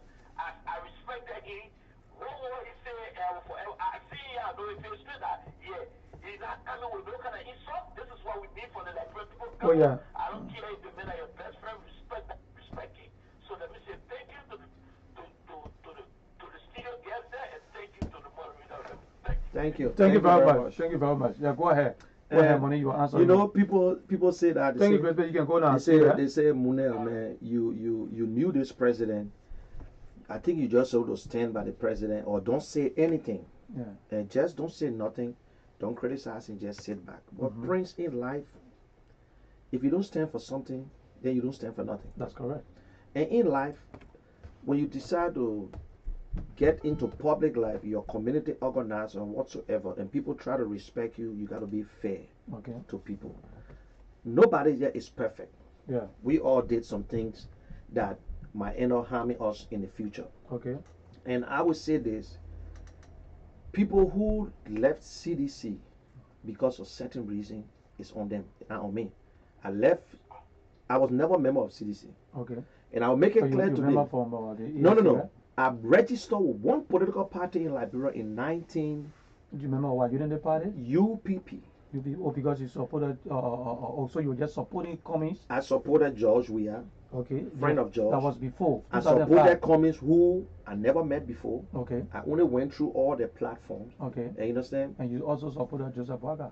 No, in the second round. The second round, yeah. You I supported Joseph Boakai. In the second round, I gave my support to Joseph Boakai. All right. But let me tell you today, when I was running that campaign, and I would say it, behind closed door, like when we were talking, I say according to Liberia's situation, Joe, we are going to win the election. Because you could see it when Ellen supporting, everybody supporting. But what I was fighting for, and this is what we need to do. You see our people, they make the decision in Liberia on election day, but they are not being conscientized. They don't know what they vote for. They vote for you because you're so nice and you walk into that community and you're one of the men who bring rights for them. That's it. Good. And I always tell the opposition today, if you want to run in 2023, you should start your work right now. The Liberian men should see your face over and over. So you say for the past they gotta 12 years, look. For the past 12 years, you think the people haven't learned anything? They don't know who's the real people? No. Because George Weah been there. No. He been with them What for 12 George years. Weah had, no George Weah went in the politician. dungeon. George Weah went in the dungeon with them. Let me tell George Weah supported Wait. George Weah did a whole lot of things in Liberia. Yeah, go ahead. You see Liberian, when they love you, they love you. So you can Before, be- when we were playing football, when George was playing football, everybody said Liberian celebrity. You know what they call Liberian celebrity star? No, George Weah, right? No. Oh, Salisa? James Salisa Diba. Yes, in Salisa Diba. Now, Salisa all over. George was there. George became MVP in 1987 with IE. But when George went to Europe, went to Tournelle, before going to Monaco, when he came back in the country, the way he presented himself to the people, the crowd, he down to earth. You know what I'm saying? Yeah. So people start loving him. But then when Salisa left and came back, his attitude towards the people, everybody started looking at George Weah. All the beginning running to George Weah, you know? Yeah. Running to George Weah.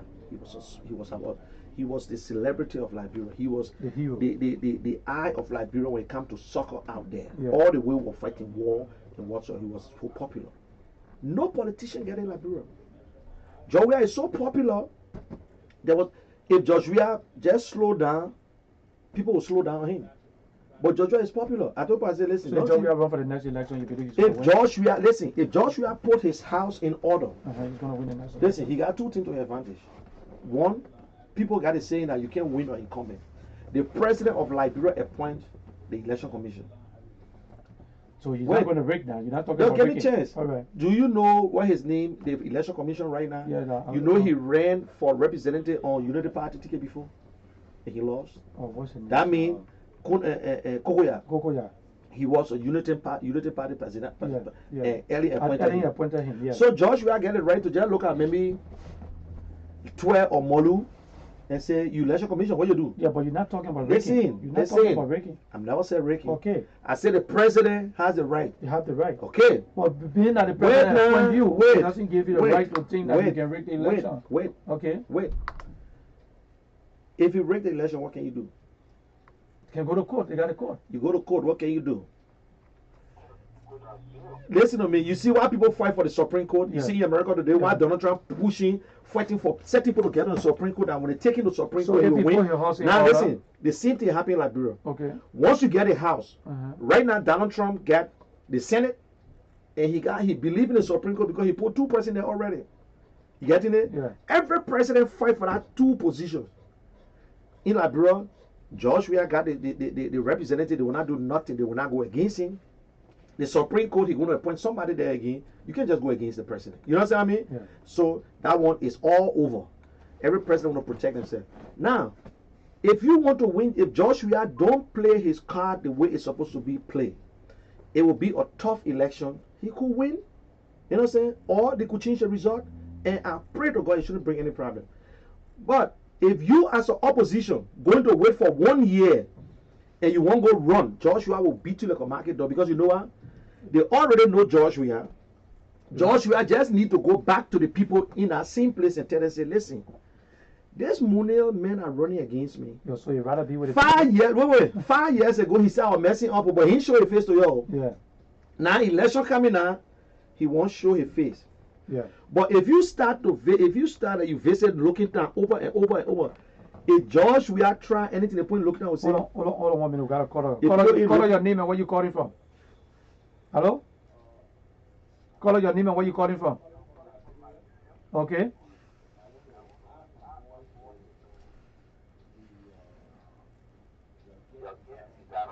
Okay. And what's your name? What's your name, please?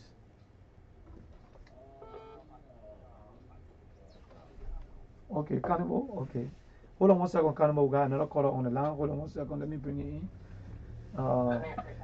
Okay, hello. Your name and where you calling from, caller? Yeah. Okay, somebody got to back. Somebody got to load their radio to the back. Somebody got to load their radio, please. It's giving us serious sunny here. 21, I think 215 or 267. 612 number. 612 number. What's your name again? Oh, have a fix. Okay, hold on 1 minute. Have a fix. Okay, go ahead, Cannibal. We'll have a. Just to let you know, caller with the Cannibal name, we got another Cannibal on the show here. So go ahead. It's nice to have another Cannibal on the show. Yeah, go ahead, caller.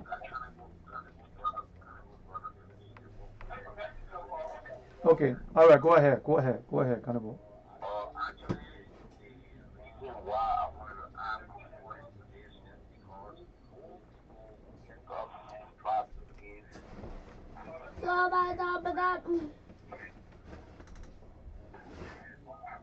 not trying to say what that is right or everything that he has been saying on that show today. But the thing there is, when it is 100% right with gave those power and protect those power that people think are strong power.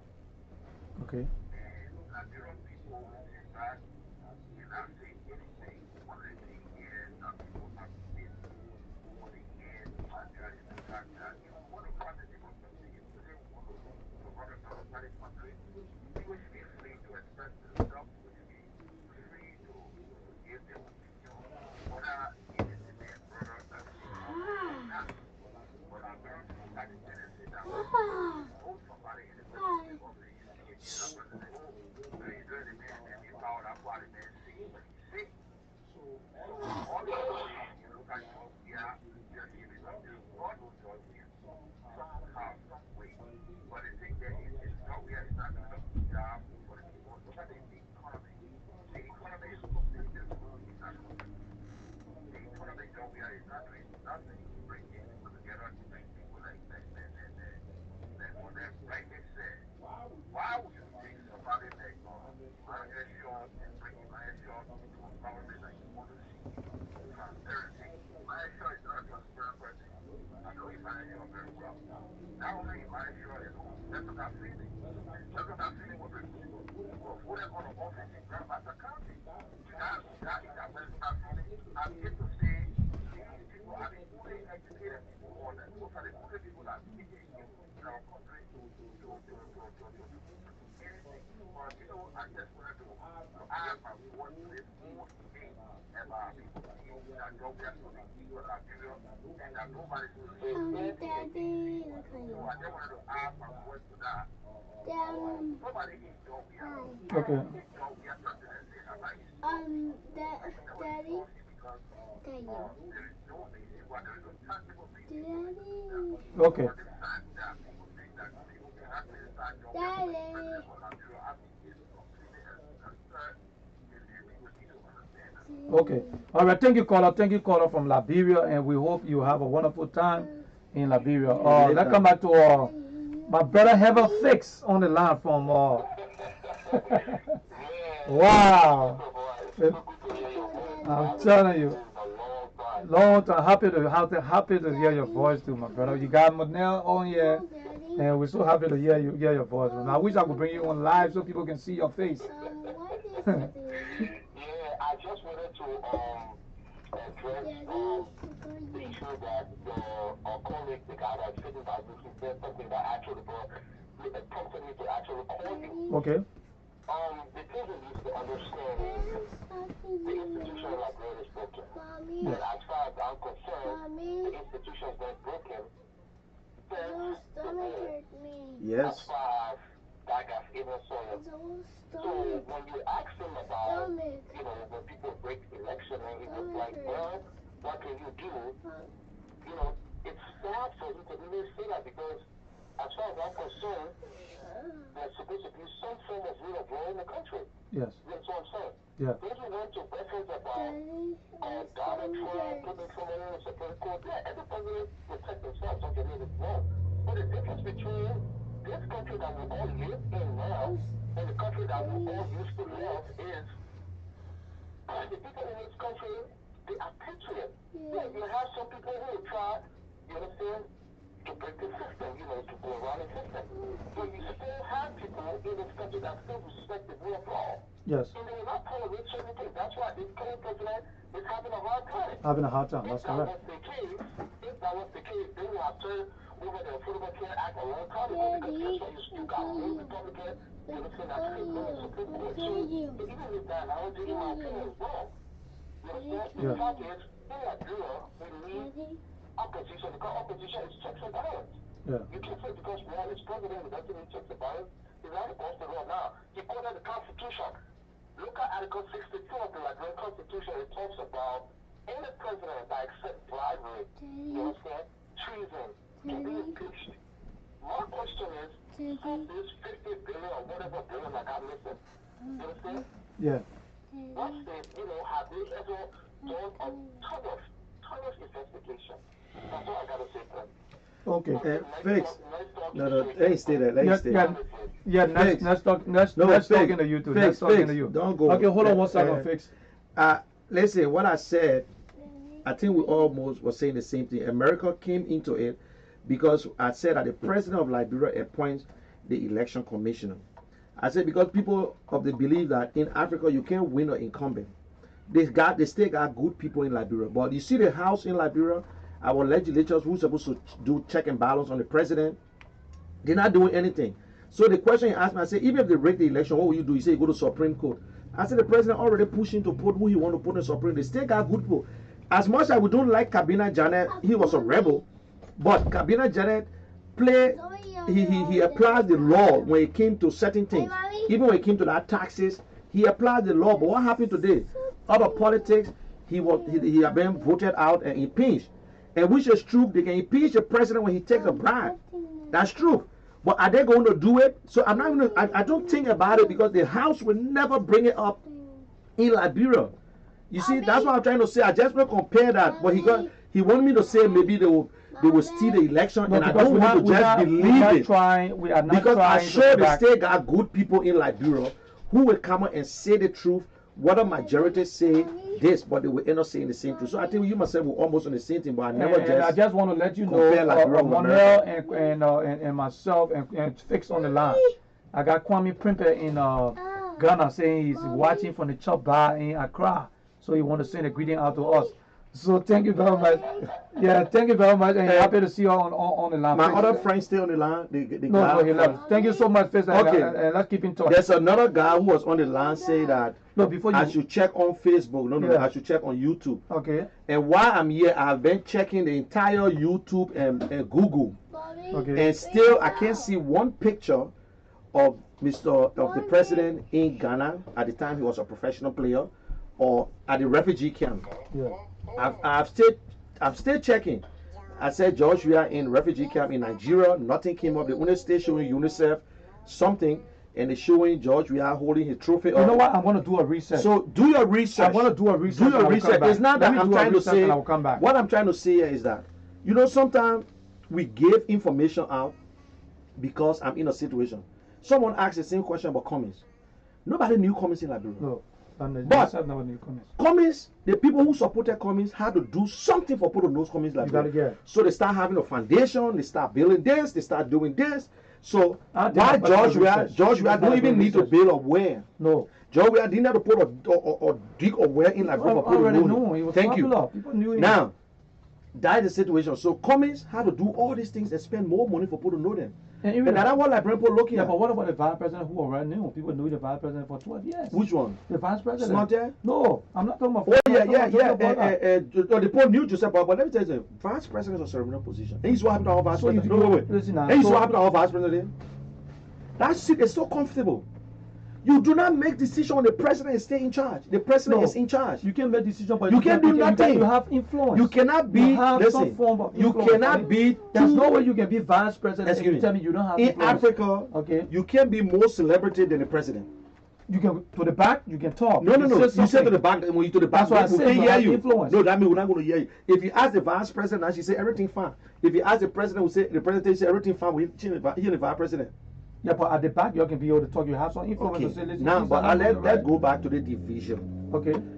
The hit in Liberia to my brother. It's getting You know who can solve that problem? The president. Only the president. Only the president. I will tell you today when the president come out. You know what really surprised me? I don't want to say only the president, but at least he can take the lead. Because when our president say it's white, the people in CDC believe it's white. You know what I got shocked?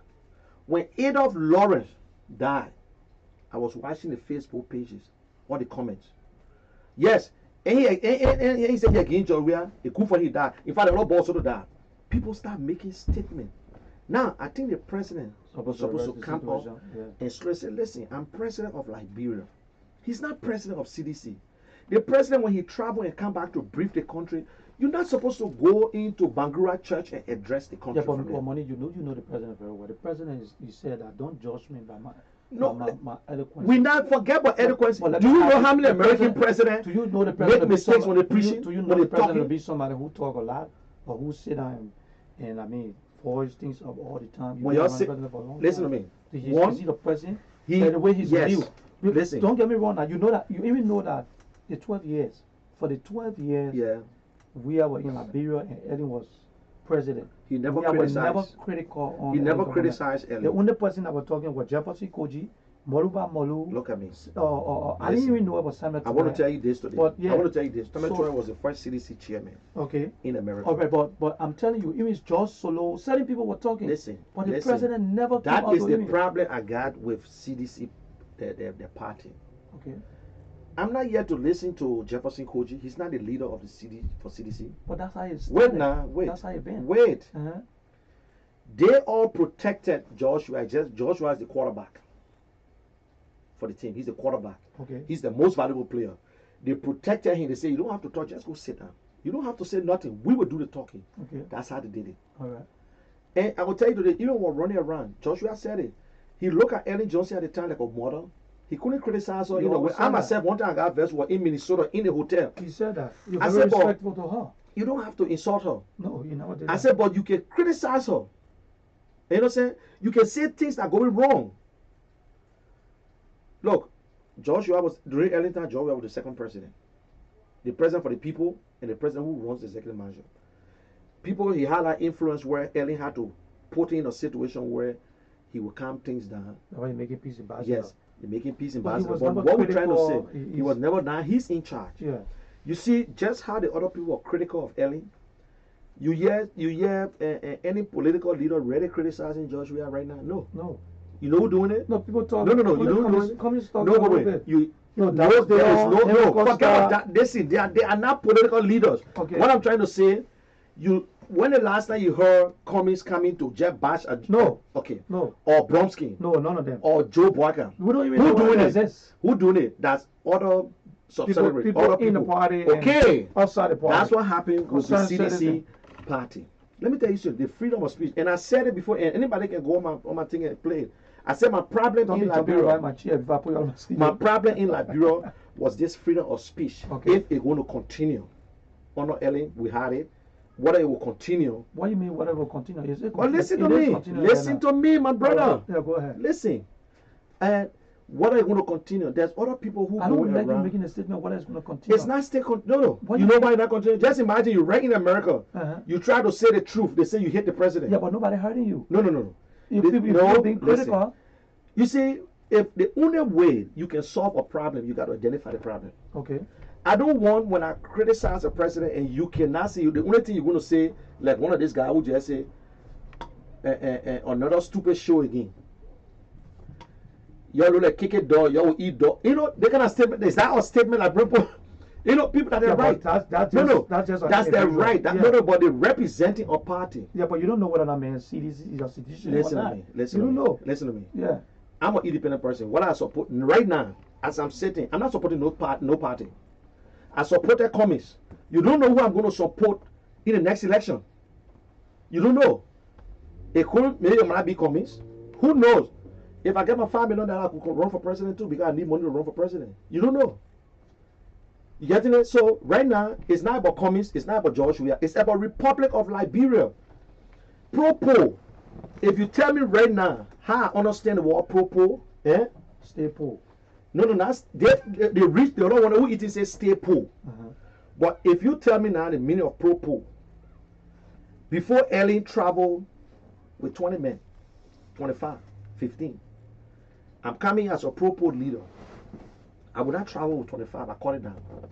You know what I'm saying? I save money right there. I don't have to go to every little country that invite me because I got a work to do. Yeah, but you don't, listen. You don't believe the president is working? Wait. In all the different places. Give me you go, he's you don't think working as it's part of his responsibility. Yeah, but let me answer him. okay. They invited the president. Call your name and where you calling from? Okay. Okay, yeah. What's on your mind, Charles? Yeah, I've been listening to the discussion of people calling in and trying to go all kinds of ways. The only thing I can say is that Liberians, I don't know what's our problem. When you do constructive criticism of a person, just because you support that person, then everybody who criticizes them becomes an enemy of them. When you criticize them or do something, talk something that you observe, then instead of answering the question or responding to the actual criticism, they go after you personally. They start getting all kinds of. That's the problem with that. So I wonder if the real politics between Nigeria. Because for first time, people they feel like once your party is in, nobody should criticize the person. You criticize the person, then you enemy of the state, you enemy of the person, blah blah blah blah. How we live in a world where you know how to feel pain and feel their pleasure? How do they do these things? When do they graduate from this kind of situation? That's why the policy has a major flaws.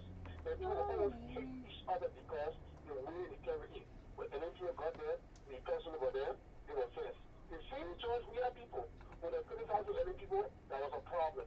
What they did too was when they criticize them, they become a problem for them. What is going on? Where were they learn? Are they real politicians or are they greater seekers? Which one is that? Okay. All right, thank you so much. Our money will have you to get close up. And let me say this before you close up. To everybody that is watching the show, we want to say thank you for watching and thank you for being respectful on this platform. And let me say this to everybody, and money yourself, and Charles on the line.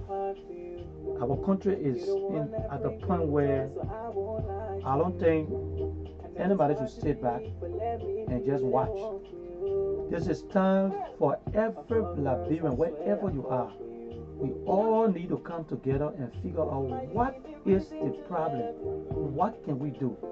Majority of the people you talk to, they tell you Joe Weah is a good guy. It's not a bad guy. People see his surrounding. People say, oh, he don't understand. This is a major problem we're having in Liberia. I will say this to you. If you look at the numbers, whenever you come and you got different programs you're running, when you run that program, when you go back and look at the numbers, you have 700, 800, 200. But when you talk about politics in Liberia, everybody is concerned. There are people who are sitting. I listened to Henry Costa today. I listened to somebody crying on the phone today, and it pains me. We all live in exile. We in our prime. People in the 40s. People. Everybody don't want to work in government in Liberia. Some people just want. Some people just want to go back home, go in a little village, get a little farm. They work when they go in low with money. They come here hustle and go back. They don't want to be bothered with politics. And I hope if the president is listening and watching, this platform, we are not for any political party. We are open to religion. Wherever you come from, we are free, gay, straight, wherever you come from. Our platform is for every Liberian citizen. We need to step back for a little bit and ask ourselves, what are we doing wrong? Because guess what? Our neighbors are enjoying the country. They are benefiting from it. We as Liberians are growing gray hair, living in other places. We're living. It's sad to know that, oh, you have to just forget about Liberia and buy a house in America and enjoy yourself, because there's nothing that's going to happen. And I will say this to our president: you travel, you went abroad, and you know how it is to be outside. You can have all the riches. If you don't have the opportunity to go home and enjoy it and sit home and know that I belong to something, this is where I come from, it pains you and it can break you down. We got people dying from cancer, dying from different sicknesses outside the country, and they're requesting, take my body back home. There's a reason why they're saying it. So those that are in Liberia and wishing that dual citizenship doesn't matter, and this doesn't matter, oh, you hit the president, what sort of thing, you need to step back for a little bit and understand we are family. We are fingers, G. Mana Cannibal always say we are fingers of one hand. We are all one. This is the time for us to come together. So the protest that is being initiated by Aaron Costa, I don't think it should be violent, but I think it should be something where we should come out and say save the state and the president. Because we sitting up, we criticizing, we talking, we say social thing. But I will say this to George, we have friends and to the entire Liberian community. You don't know the position that individual is sitting in. People were promised. People were pushed. Oh, my man, I got your back. People were this, people were that. Now he in that point where he looking at everybody. The decision may be sounding, looking easy to you to make. You get what I'm saying? But that individual, he found himself in the state where the only person he can talk to, maybe he's crying for your mom and say, if I knew, I was not going to get myself involved into this. So the only thing we can do is we need to understand, put yourself in an individual's shoe and understand. And I hope that he sleep tonight good, step back, and figure out what we need to do to move this country forward. So we want to say thank you for watching. I want to give you a chance to close up. Okay. And I want to give Charles to close up a little bit. Yeah, go ahead.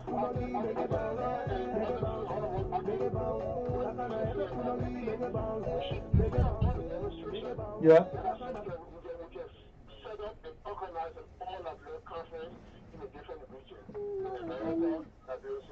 That's a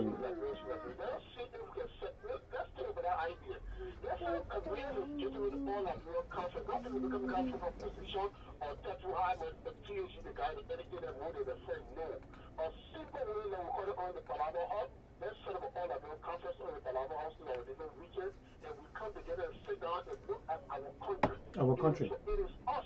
It's us. You will be president today, tomorrow, you will be president. You will not be president again. I'm telling you. We should think about that. This is very important. Okay, another thing I was trying to say. Thank you very much, Charles. And let me what I was trying to say here is that George Weah, as an individual, we all know he's very nice. Okay. You see, you notice something about his administration. George Weah insists that he need rules. Yeah. He interested in it. He go on inspection and is working. Yeah. If you are going to sit back and leave it with people, they won't go nowhere. You know that? That's why I say the president is powerful. Yeah.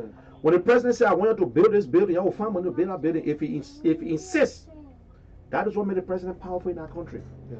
But because, why would the president doing all these things? Where is your other ministers that's supposed to do these things? That what happened with Ellen. Yeah. Ellen sat back and she think that it's supposed to work. Look, I one of the person who said, yes, thank God, Joshua will go on inspection, he will go and check and do whatsoever. There's nothing wrong with it. But if Joshua chose today, and he said the children should go to school free, and he said it, yeah, they will find the money. And he went to Nuclear Town, Popo Beach, and said they will build 50 units. And they're going to start because he told them to do it. So that's why we hold the president responsible. Okay. You said the president is powerful. The president got a lot of power in Liberia. There is no check and balance in Liberia. Because where all this money coming from that you're going to take from this place and put to this place, it's not in the budget. It's just like you said that you can only run your house on $20. Yeah. But then you won't go to the movies, you won't go to other places. Where the money coming from? That's what as an individual, he's nice. But you got other advisors who tell him, Mr. President, don't listen to people. We'll handle it. Yeah. Don't listen to them. No. The people of Liberia want to hear the president on radio. So he should take. You got to even go to city. You can sit right in the in the office and talk to Liberian people every weekend. Give them courage. This is what we're working on, my people. Yeah. This is what we're doing. Yeah. You got to hold on. To break a house down is easy. To build it is hard. You know what I'm saying? The problem in Liberia is not today's problem. We all know that. We are, even the Joshua who president today, it's not we disrespect people. Joshua did a lot for Liberia and said he put himself on the line. He used to go back home to play, to encourage other people to play. But we never still respected him. Let me tell you the real truth. When some of us were running around here, preaching about Joshua, we were castigated by certain people, by a lot of people who are working today in the Joshua government. Yeah. And I'll tell you, yeah, if Joshua asks me, do you want me to appoint people from America? I'll tell you no. If you take anybody from America, that means you do not have that talent in Liberia. Yeah. That means that talent is not in Liberia. Why? Because my entire bill here might be $5,000 every month. Then you send me to Liberia. I see some people taking assistant minister job. When I was working in government, inspector general, assistant minister was making less than $500. But now they're making $2,000. Why would I leave America to make $2,000 in Liberia? That means you're telling me, say, go and steal. Yeah, something's on your sleep. It's wrong. Yeah, so we got to sit back. So the president promised a lot of people. Yeah, and understand, the government can't employ everybody. Yeah. Okay, yeah, thank you so much. Thank you, my brother. Let me just close up. Government can't employ everybody. When you going after a stand-up bearer, just go there with your open mind. Yeah, and you're not going there because he got to give you a job. Okay. What I want, maybe this man get a good idea on the judicial system, on our taxes. The only thing I want to do when I go to Liberia, and they tell me, I to pay $10 to the port, let me pay my $10 and get out. Just what we do in America. Yeah, yeah. If I find out, let me just do it the same way. You want to have system, we got to pay taxes. Yeah. Yeah. You understand? Yeah. But who don't pay taxes in Liberia? Government officials. Government officials do not pay taxes in Liberia on the houses. You don't know that? Government officials do not pay taxes. They get everything free. They go to the telephone company and beg for phone and beg for minutes and use their power. Why one man should take $10,000 bribe in government? Who are you? You heard my own friend that they called his name the other day. They were all on Nima Wisner. About not even that commerce ministry. Yeah, commerce ministry. About the corruption. Yeah. And look, I said, but why certain people, their deal will just be up, and this president, he need to take action. He need to take action. He need to come up and say, they take responsibility. Nobody hate president. We all are not running for office. Prince, you talk about dual citizenship. The fact is that our constitution, nobody can deny your citizenship. No. It's in our constitution. Whether are naturalized in different countries, everybody left Liberia and naturalized. Joshua left, he played football in Europe, he naturalized as a French citizen. You know why? Because he wanted to have a playing time on the team. Everybody left Liberia to hustle and go back home. But they're afraid that when you go home, you will conscientize the point your community and tell them, listen, the place we're coming from, this is what the citizen can do. You get it? But we want John Brown in the community who start giving people small rest, who vote for them, and they in car. Yeah. So yes, we'll blame the president, But what about ourselves? Yeah. What about our officials, our leaders? Especially the legislature and the Senate. When you know the man Those start are- doing, those are- just gave him a nice letter and tell you, say, Mr. Representative, you will hear from us in 6 years. Since you don't want to do this, 6 years come, we will remove you. Yeah. You know what I'm saying? The president is just a one man. Let me tell you the real truth, but we hold the president responsible because he make all the appointment in government. Yeah. Okay. You know what I'm saying? Yeah. So I want to say thanks to everybody with the negatives and the positive reaction. Liberia is our country. Liberia is not for me. Liberia is not for you. Liberia is for everybody. In a sense, we can build our country. Yeah. I will tell you that we ourselves can build our country. Yeah. Without me, without you, we are nothing. We're nothing. But the government got to make means. They got to organize. They got to put things into place that will encourage Liberians and other people to go to Liberia. Nobody want war in Liberia, and Liberia have gone to the circle to a place now where they're only talking, no more Only war. talking, yeah, no more Yeah. war. So Thank you please, very much. please, and you can share the video. Yes, thank you for watching, and we're going And we to love our president, so don't worry. Love is something that you can't just drop So we off. want to say thank you, and we'll see you when we see you. They call it